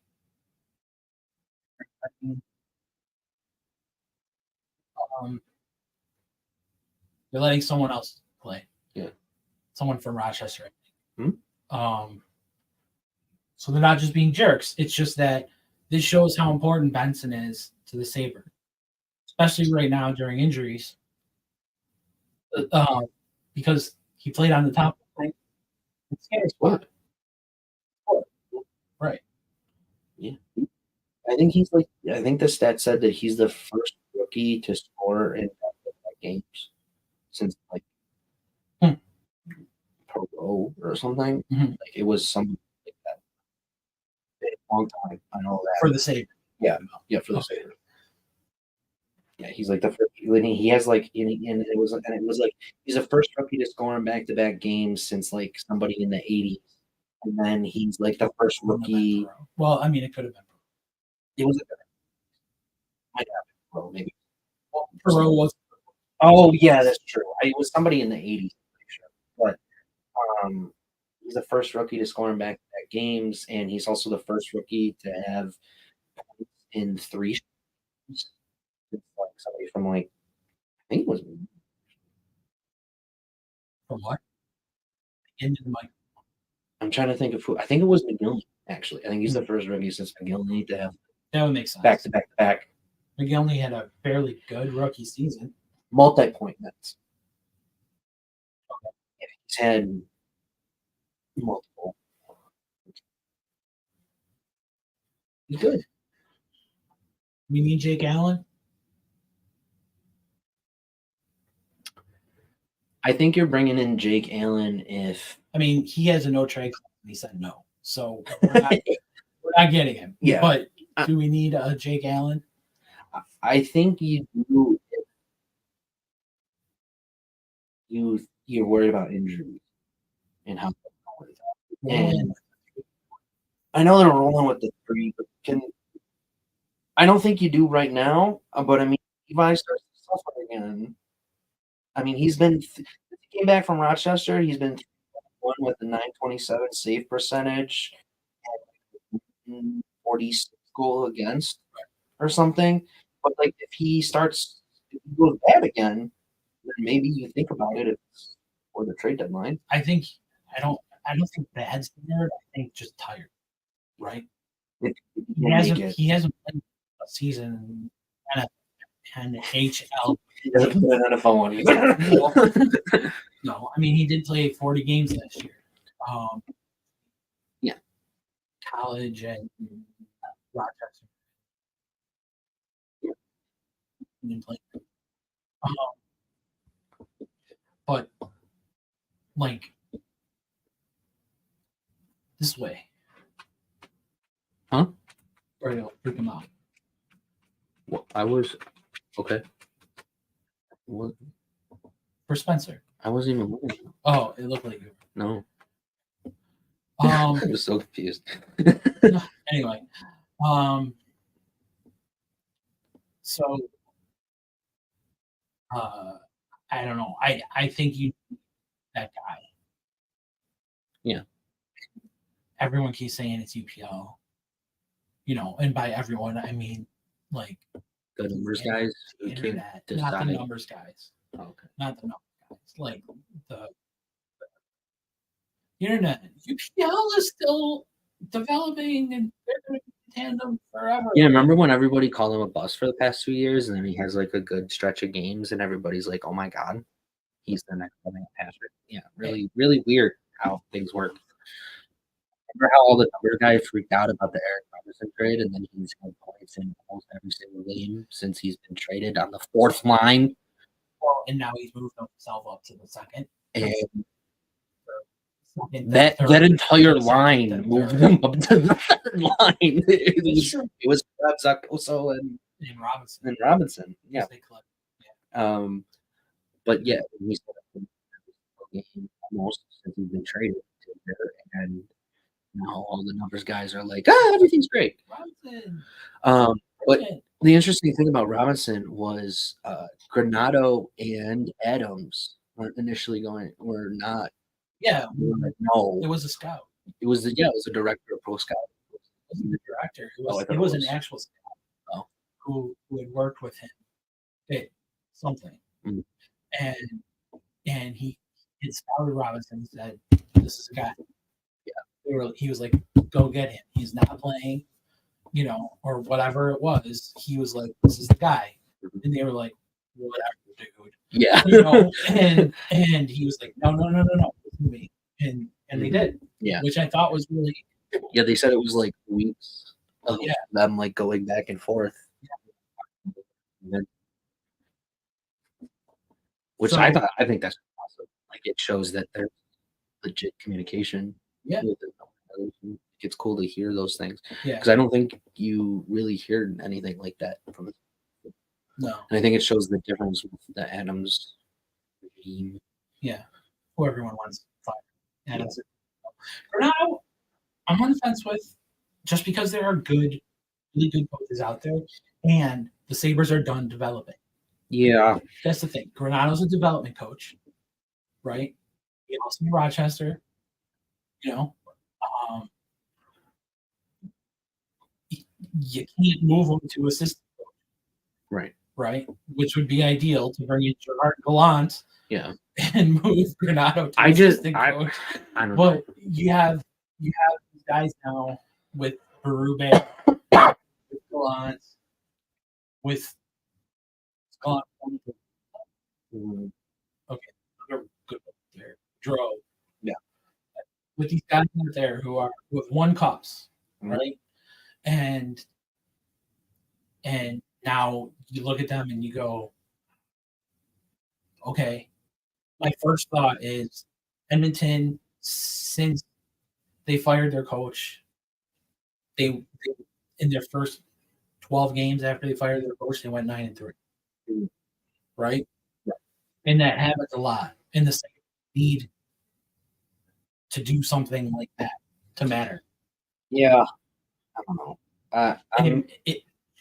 I'm not to do it, even if it's not necessarily needed as much as something to shake things up, right? Yeah. I mean, are there players you're going to trade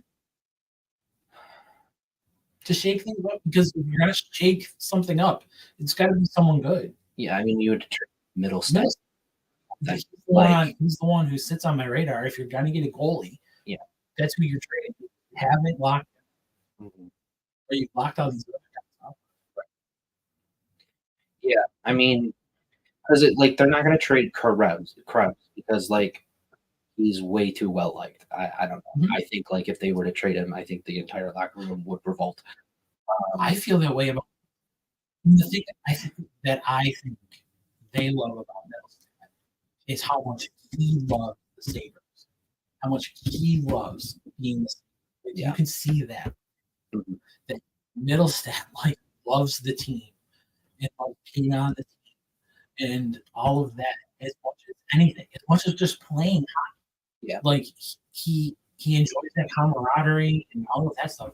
And then like what was it, like a year and a half ago or 2 years where he actually got really good. So Yes, it's really and he he's assists last really good. So I mean it's really hard about trading him, but what else is there? Yeah, no, I mean there isn't anybody Unless really or Puck or like they're not moving. you know.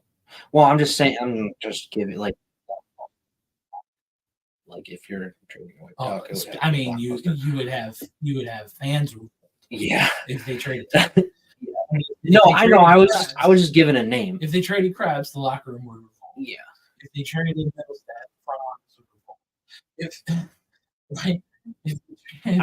I don't think I'm ready to give up on Granato because I think the thing with Granato is he is still learning. He's I think yes. I mean, this is his first, kind of a problem. but it's not because even though yes, they are ready, you got these guys locked up. It's fine. They know what they're doing.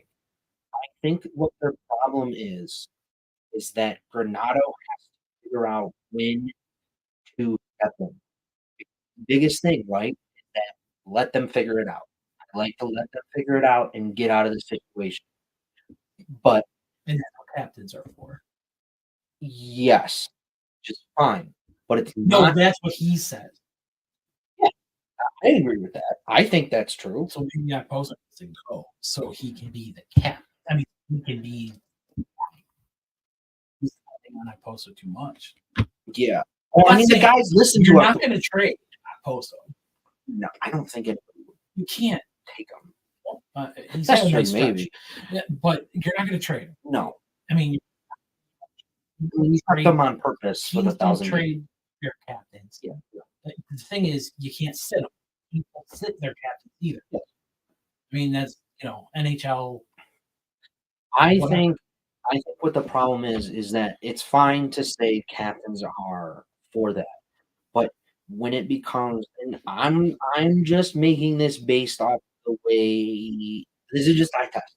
This is not like based off anything I saw on Twitter from reputable people. But if you like when they down like 2-0 or 3-0 early, right? He will not do anything.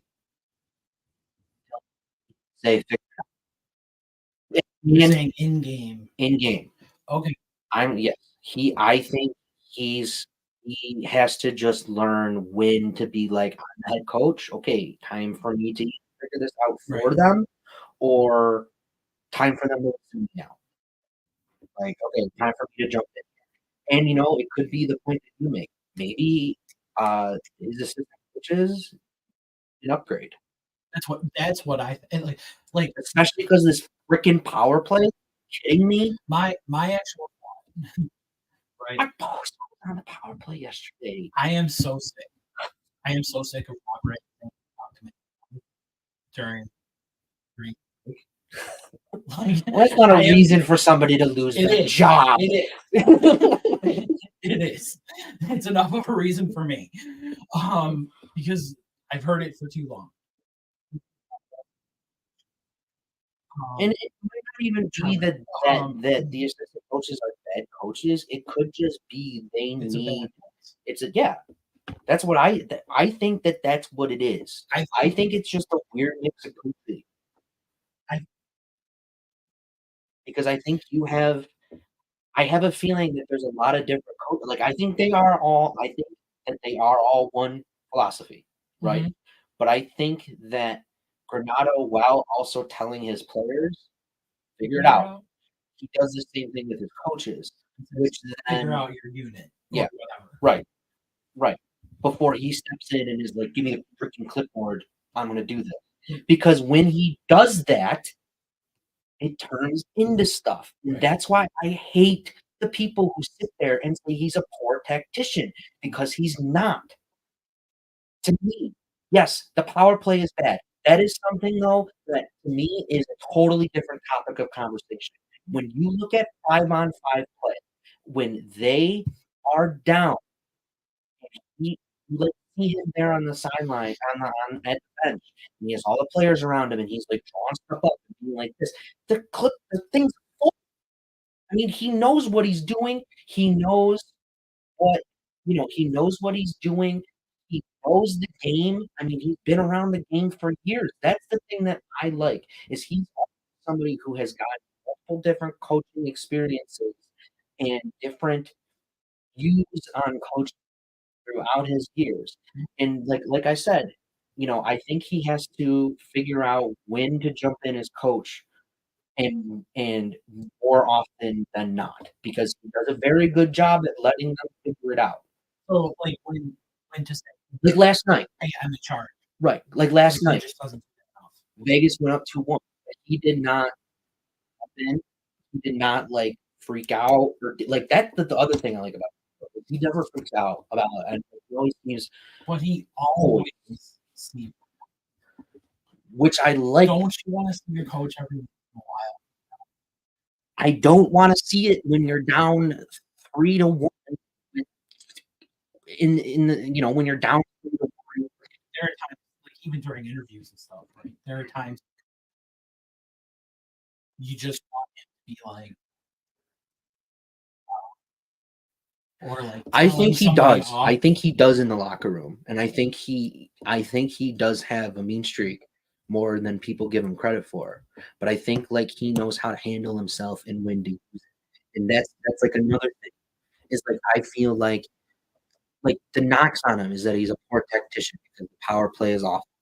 And it's like, but there are numerous examples of like him visibly coaching on the bench and like drawing up stuff for the guys in a timeout when they're down. The goalie, very highly regarded, used to. Hey, maybe he's the guy. But like they're down like 3-2, and they need to tie it up, and they take a timeout. Like, how many times have we seen him visibly draw up something? Like the first moment that comes to my mind is last year against Boston, where they needed to go with like 15 seconds left, and Dallin dumps it down the ice, and Tuck goes sprinting after it, and Dallin dumped it perfectly where it bounced off the boards, came to the face-off circle next to the goalie, and Tuck was there at the perfect moment to just one-timer it, and they tied the game. That was a drawn-up play. And there are numerous examples of that, even during this year where he's getting ripped apart, where you can see him having an obvious impact and coaching up the lines, but he does it too late. That's my biggest issue, and that's what I think he needs to learn, is he steps in too late. And that might come down to him trusting his assistant coaches too much, and like you said, maybe the assistant coaches have got to go, because it's just not working. And I think that is the problem. I don't think it was Matt Ellis. I don't know why. My gut just sits here and goes, there's something wrong with Matt Ellis. He needs to bring in like one of those guys who's been around like 15 different teams and started in like the WHL with like the Saskatoon, Regina Pats. Yeah, like somewhere that no one wants to go. Canada. Except for Cousins. Because I'll go. Yeah, that's true.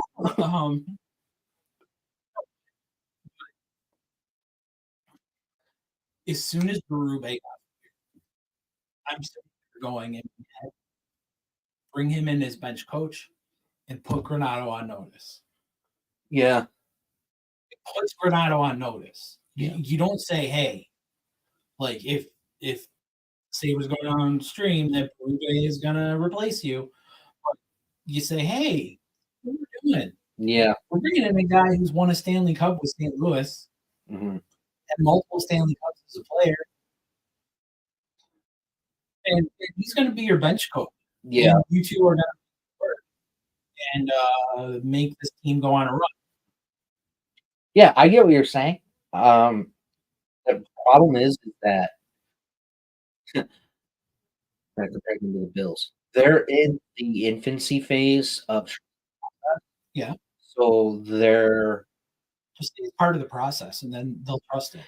I know that, but they're going to do that because Ruby's not going to come in. Well, okay, so remember in the infancy phase when the Bills first started, and like they held on to coach it, like they held on to coordinators for like Greg Roman. Sure, I understand that. You know what I'm saying? But they need it. Okay, this is different because your first couple of years as an NFL coach, you don't get the guys you want. Right. You get the guys you can get. Yeah. Right? Yeah. Like you get the guys who have just been fired from other teams. Right. Right. And you go, well, I'm going to try and put these together. Cross my fingers. Right. Or whose contracts were up. Mm-hmm. And so like from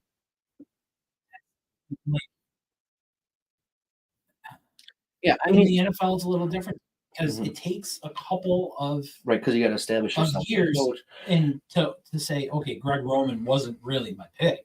Mm-hmm. You know, yeah, I just needed to wait. You know, I just needed to wait for he was like, I needed to wait for Brian Dable. You know, he was the guy I wanted, and I needed to wait for him to get. I felt like he was. He just won the national championship. Okay. With Jalen Hurts. And then he left and made the jump to the NFL. But I get what you're saying, and maybe it's the same in the NHL. Maybe it's good as guys he doesn't want. I think Matty Ellis is there because he's Ellis, but I think maybe other guys, yeah. All the guys we talked about, right, being moved up. Right? Maybe Ellis is another guy. I mean, Ellis is, I'm pretty sure, is their power play guy. Like, I don't know if it's true. I don't know if it's true either, but I'm pretty sure he is. Or he's either. I mean, I'm pretty sure he's like assistant coach. So isn't he? Isn't he like second? I don't know. Maybe they don't have that hierarchy, but like, yeah. To me, I'm not ready to give up on Granato because it's like he just needs to. It's gonna be cliche, but he just needs to. He also needs to learn what it takes. And I know, and if it doesn't work, yes, there is a time. I think you can give him the rest of this year, and do.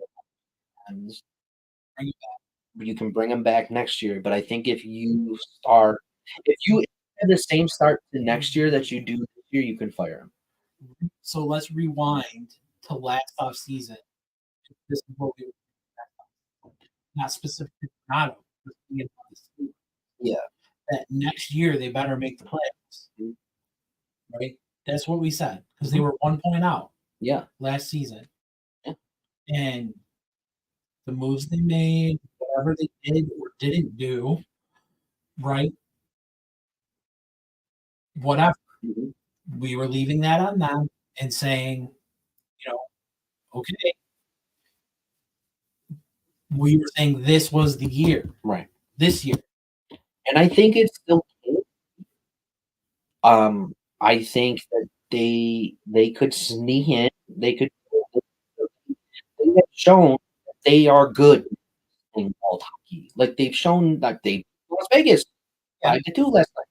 Like that's no easy task. They don't have a 2-game. Well, yeah, but I mean, like it's also December. Yeah, you have not hit the trade deadline. You haven't hit the All-Star break. You know, that's when I think you start to get work. I think as a Sabres fan, you get because the Sabres always suck every single year. And if someone can get them through November, and at 500, that's the coach you want. Yeah. Because for whatever reason, the team sinks in November. Yeah. They just sink. Yeah. I don't know what happens. I think that right now, and I'm not firing. I think what you got to do. How you're going to give him the whole season, no matter what. Yep. No matter what. And I think that so he's a you coach fire going assistant into coaches. next season. Yeah. Okay. And so unless fires. I think the only way he gets fired is if they're in contention for the number one overall pick. Like they're one of the top teams to get the number one overall pick. I think that's if it looks like a tank season. Okay. But I also don't think that they're gonna fire. I wouldn't fire any of the coaches.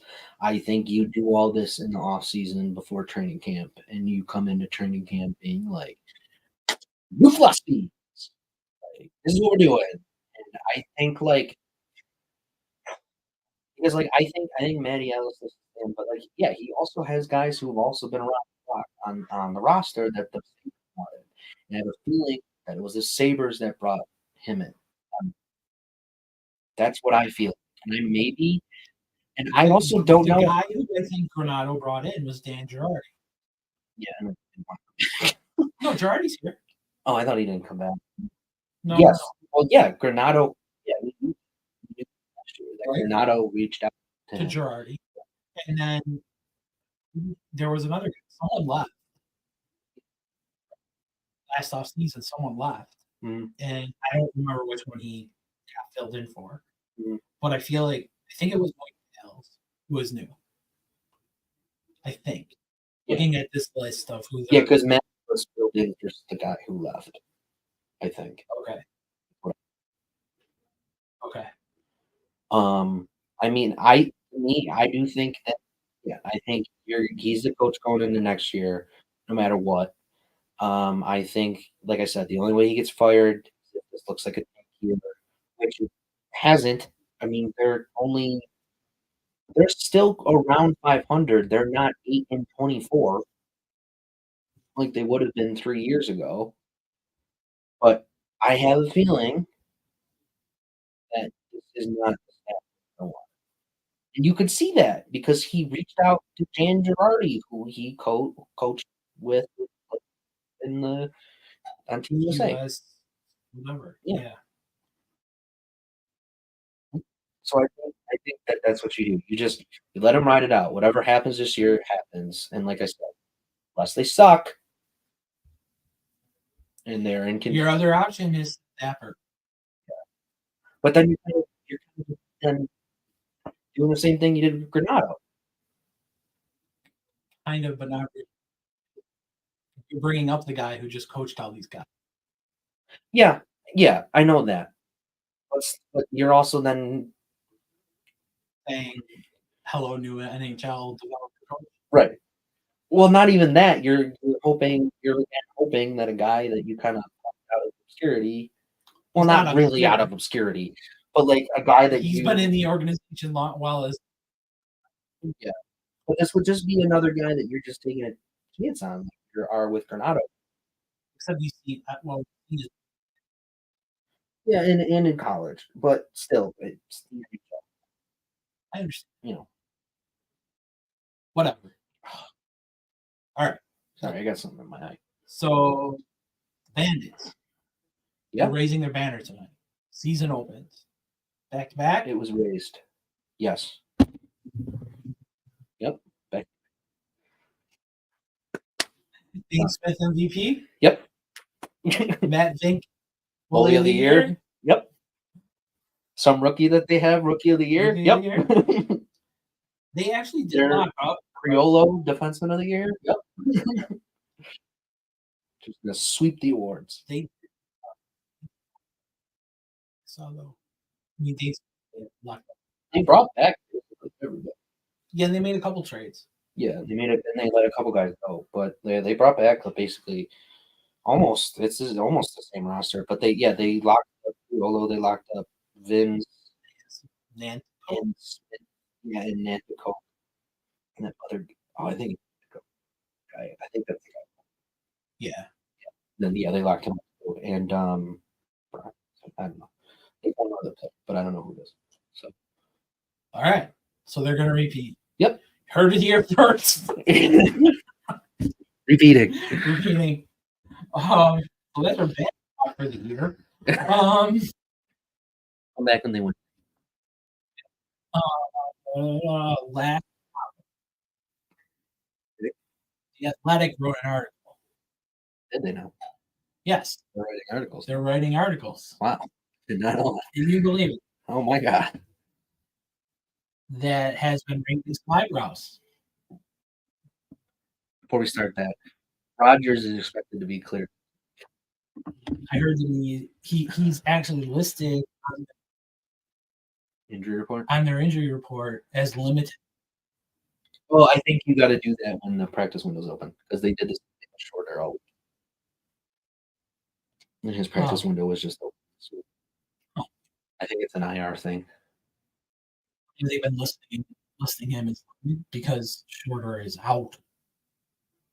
Yeah, but shorter. But they're both. It's because they're within that 21-day practice window. So if they're practicing, they still have to be listed on the report.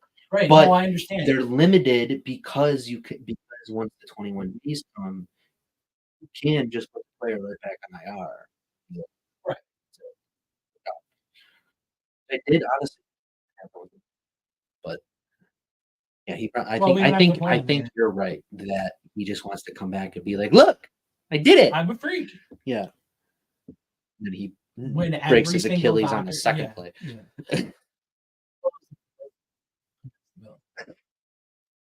So the second offensive snap for them there.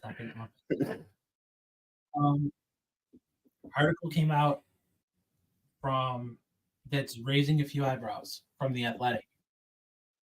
The right articles now.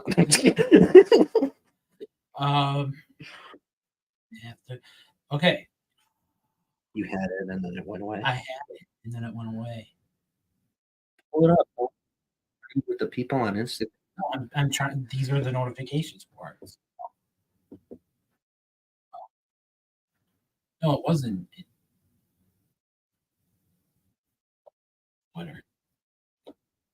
So unprepared. So unprepared. So unprepared. Why don't we just go? Yeah. Well, because I had it. Yeah, it but was you on don't. Instagram. Don't. I had. There's an article on the Athletic. NFL or no hockey? Well, NBA, MLB, fantasy football. About not playing the national anthem at sports events anymore. Oh yeah, yeah. I don't. The only reason there are national anthems played at sporting events, anyway, is because of 9/11. That's not true. But it became it was like a. Always been. I don't ever remember a sporting event. I think it was an option before, and then the NFL was mandating. Everybody else followed. Well, but I agree. The NFL actually gets paid by the government to do it. Right. Which was a thing that happened after 9/11. We're doing it already. Yeah. So, there you go. Why? What was the?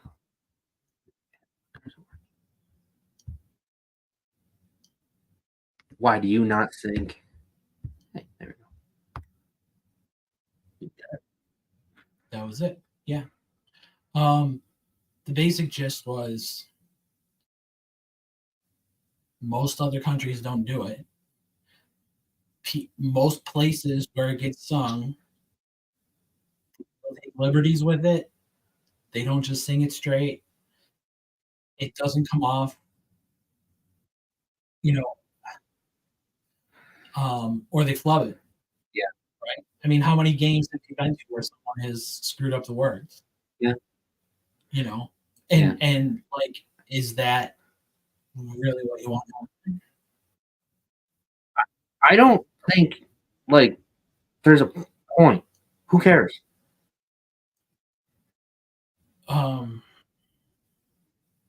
Like, okay, No, I and agree it- with and you. it- I completely no, agree. I know you shouldn't- agree with you. It shouldn't. It should not. It But needs I'm to gonna be say taken this. away. I'm gonna say But this. how do you take it away? You just make it.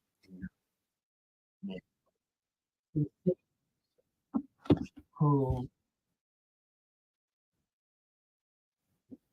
I wouldn't hear. And for the people who are like, it's for the army and the veterans. How many times That's throughout a argument. sporting event do they talk about the veteran of the game or a veterans group that's there, or one of the players working with some veterans group to bring 5 of them into a suite for the game? Right. Happens like 4 times a game. Right. At the Bills game, the flyover, they honor the people who did the flyover. Everybody gives a standing ovation. Then there's the veteran of the game, and then there's the veteran group that was invited by one of the players that week. 3 times. All paid for by your company. Right. But there's 3 times in one game that you have to sit there and give a standing ovation for veterans. Like, that's fine. I'm not saying that that's a bad thing, but I think that should I make. don't like it. I can say it's bad. I love the flyovers because it gets everybody pumped up. No, I meant like giving a standing ovation for a veteran. I don't know what war crimes you partook in, but I'm just gonna not have that argument because I can't talk to you face to face and give you the respect because yes, you did put your life on the line. Okay, but the whole fight for our freedom debate, right, made us the greatest country ever. Yeah. Right. These are the kind of responses back. Like, you're writing a garbage article because, Well, okay. I This also want to isn't go back about- to the article because the article is really talking about Canada, which is even more ridiculous that people are putting that comment because this article is talking about how bad the most recent rendition of Canada was, talks about more bad renditions of Canada, and then says there were bad renditions of the Star Spangled Banner in paragraph like 25. I'm almost done with the article. And like his whole point is just that why don't we just not do any anthem unless you're at like the Olympics international events, or you International events, right? like at So, the like, F1 race. If you're hosting the World Cup, Yeah. right, you play all the teams from different places.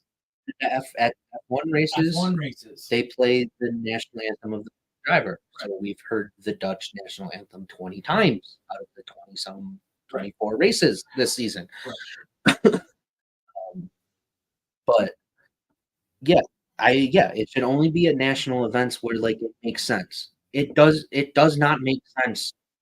Like it just like it's not an it's not even an American thing. It's just stupid to me that we're sitting there and playing the national anthem before a football what game. do we gain? It's also never on TV. It's never shown on TV. Unless it's a big event. Unless it's a national it's a nationally televised event like the Thanksgiving games, the Winter Classic, the Super Bowl, or the World Series. Which that's fine. Do it during those games, but on a regular Thursday night. Yeah, when I'm or even like a 1:00 Bills game against somebody bad. Like, do we really need to have like the people come out holding the flag and then like we get told they're like the color guard here still standing while they're talking about something else that's saying, "Oh, America is awesome," and then we get the national anthem, which then takes like 2 to 3 minutes still on top of it.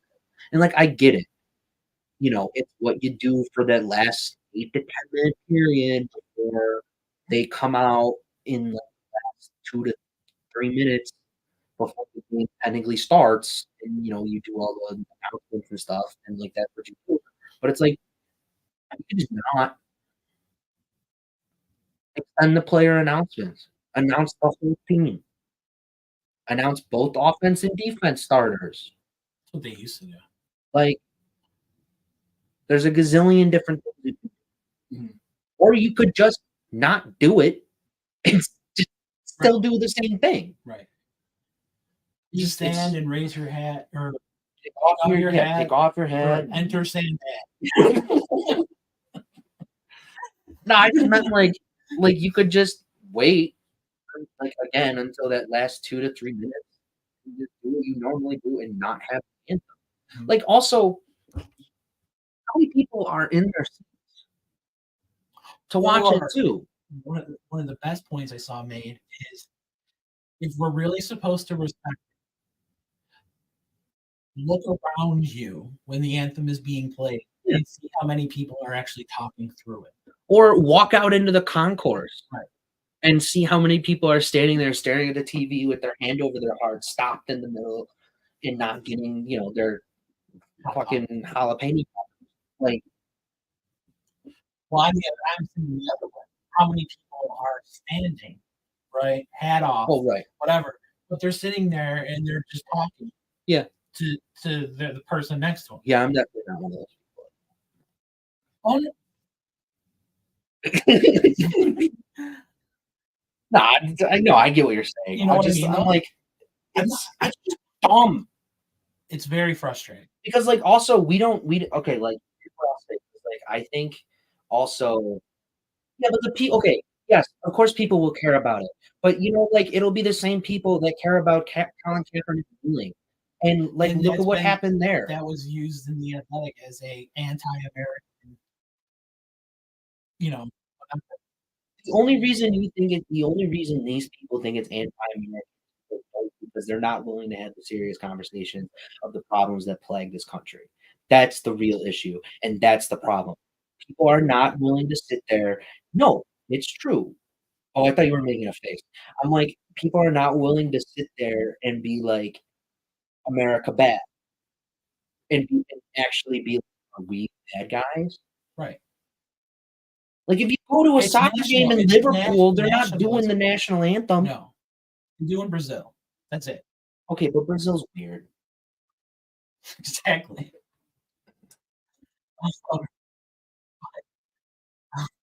That is, Oh, people it's don't awful. care now, but will if they stop. Yeah, but like Okay, also, but the Dallas Mavericks stopped and nobody noticed. well, they did, and then it ended. And you know what also ended? Guess what? Kid Rock came out 2 days ago and said it was okay to drink Bud Light again. It's the same thing. They just want the story. That's all these people want. Right. They just want the topic. They just want to be able to divide people, and they want to distract people from the real conversation that should be had on things like police brutality and how expensive everything is, and how I give money every single day to people to survive. But no, we're sitting here talking about and debating the national anthem should be. Who cares? At expensive. Yeah, Run by I pay oligarchs. $170 something per month for season tickets. I don't care if the national anthem is played or not. I want to be able to sit there and watch the game and get to my seat. That should be the most important thing. Not the national anthem, not debating if it's anti-American. Because Patriotism. guess what? We should just take patriotism out of sports. Yeah, who cares? Unless it's the Olympics, who cares? First page. It's Americans versus Americans. Right. Most of the time. Right. Except in basketball. Right. Raptors. And yeah, we're the Raptors. Yeah. After year 2. Yeah. But it's like, who cares? Who cares? Who cares? And like all this is just another thing to, and like if like the NFL and during the off season and during the owner meetings, yeah, we're just not gonna like if these came out and we're like, yeah, we're just side. I mean, that's what the NBA did. Exactly your point. You know, the Mavericks stopped, and people cared for 2 months, and Nobody noticed for 13 games, and then the article was written. even more, even just to add on to our points, like people just want the story. That's all. It's just about getting the story. It's not.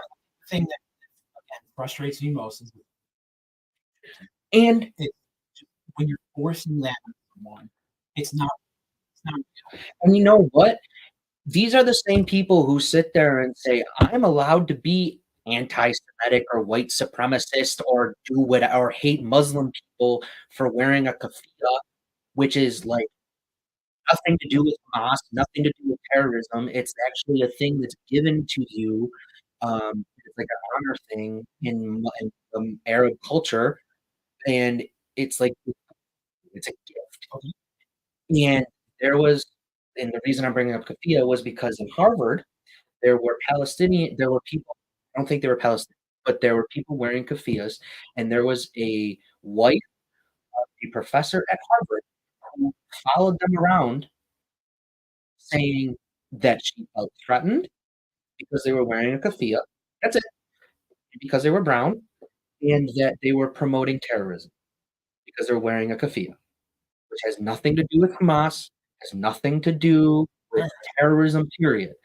And that's what this country is now. It's about stupid partisan politics, identity politics. In the long run, it does not matter. Like the problem is, and the thing that I like about my generation, the generations that are coming, is that there's more of a conversation being had about America. Like the one thing I will tell you is that that's why all of the other generations hate generations and below. Right, because We have been taught completely different. because here's the thing, and I think it did start with your generation. I Yeah. want to I want to say that that's where it started. Even though you guys suffered from 9/11, like your generation, people in your generation started in the very old millennium, like the ones near the end of the millennial generation, Mhm. started the protests against the Iraq and Afghanistan war. Right. That came from the millennial generation at the beginning, or the end of the Gen X, at the beginning of the millennial generation. Was that divide? Was that not divide? That coming together? Was that protest for My the generation, which is a sub generation, which is a year, 6 years. Yeah.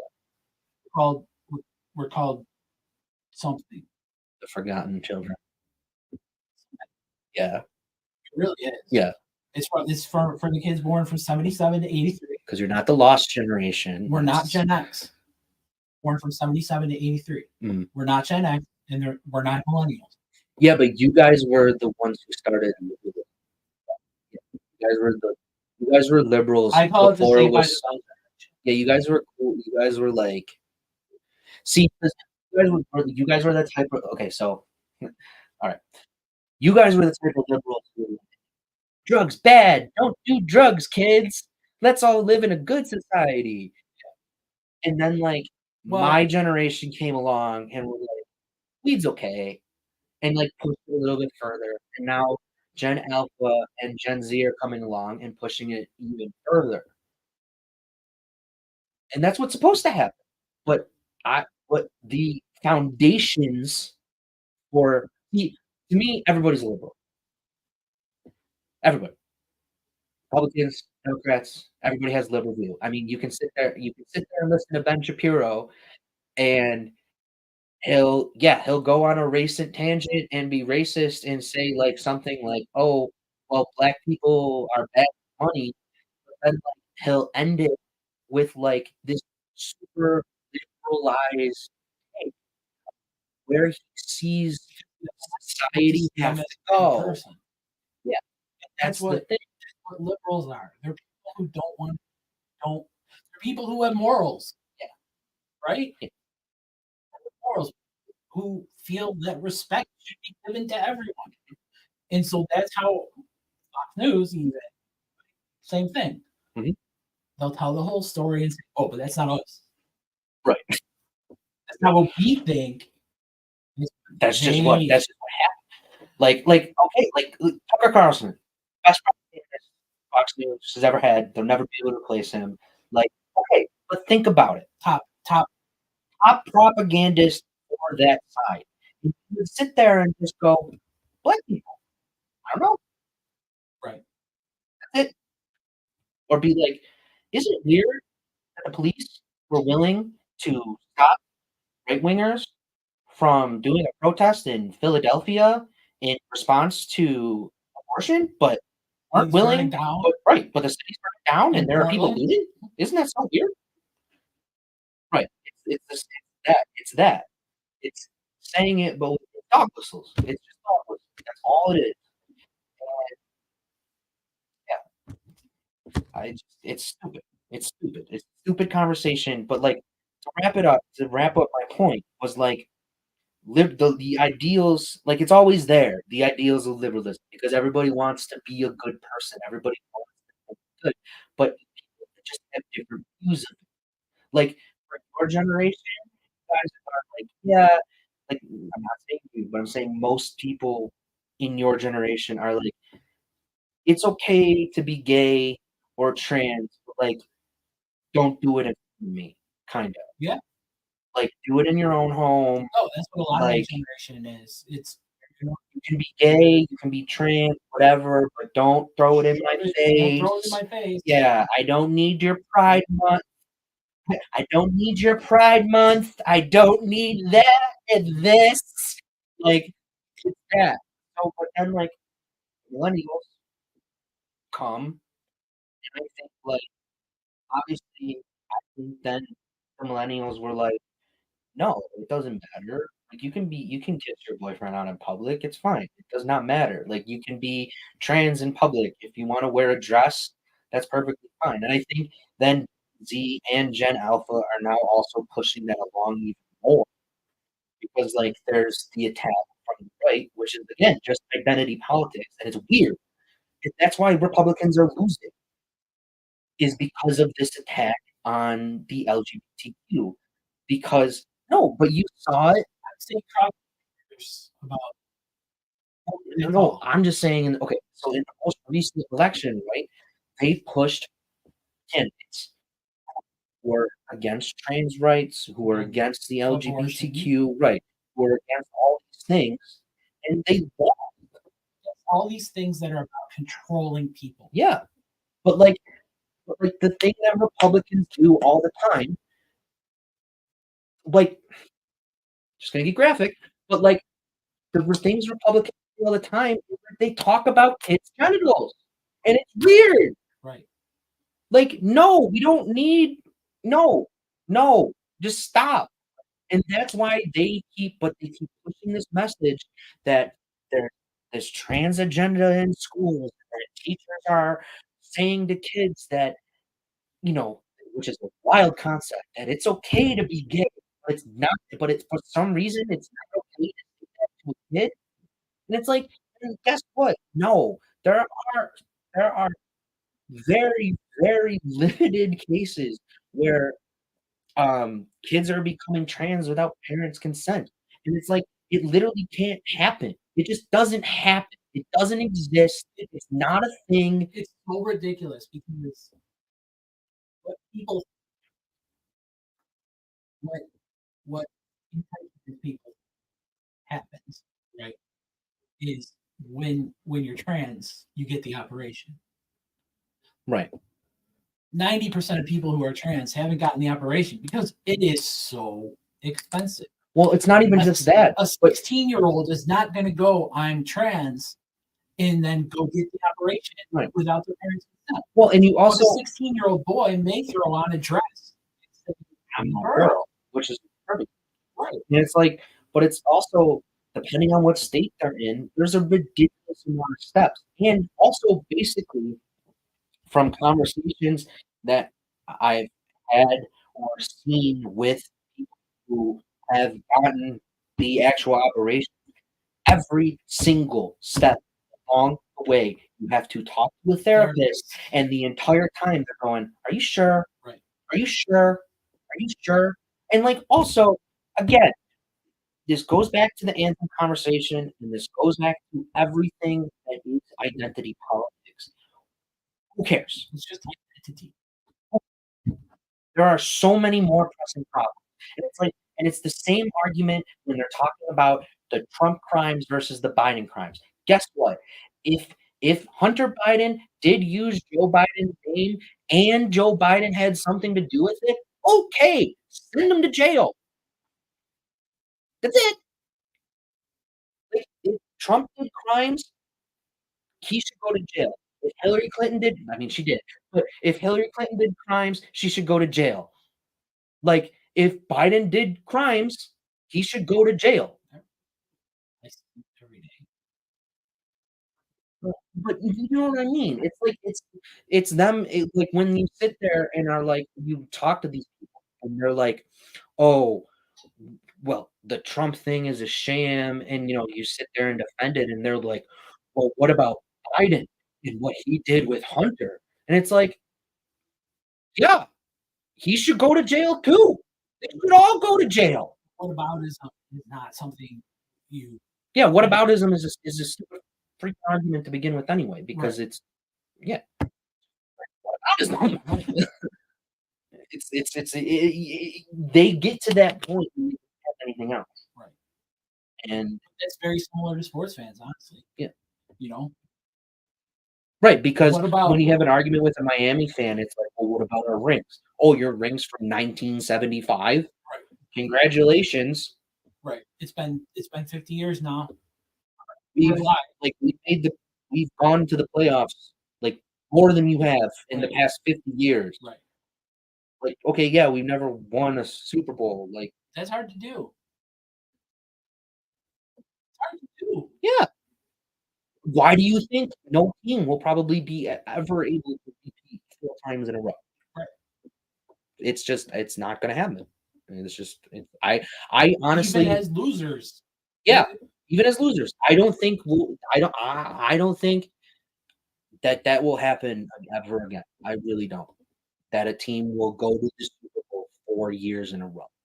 Now it makes sense for like the Warriors in basketball because It's a you different sport. it's well, yeah, and you can also there's also easier way to manipulate things, but with Football is one game, one day.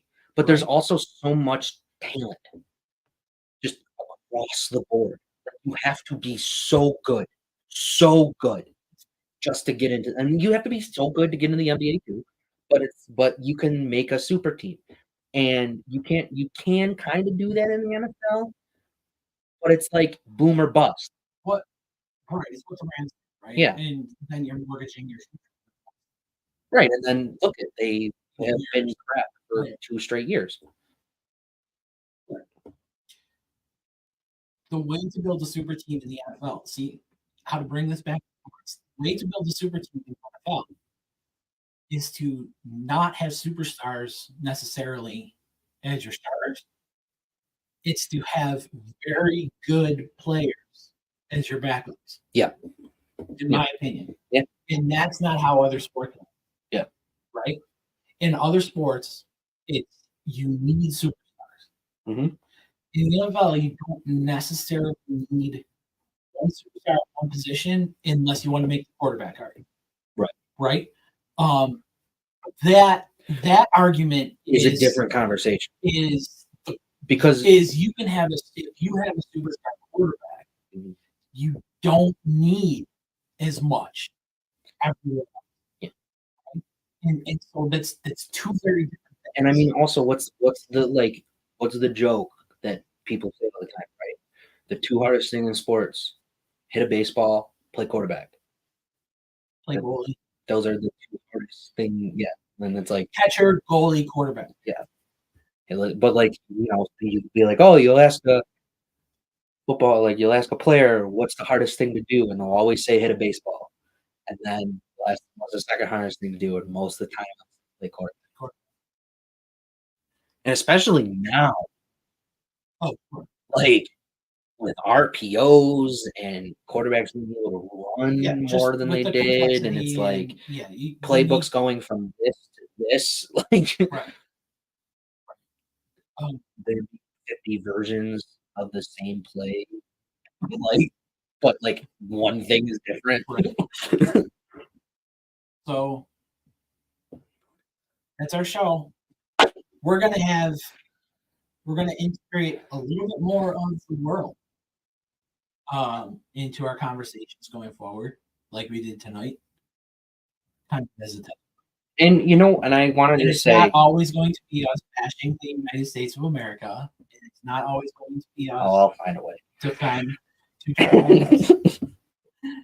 uh,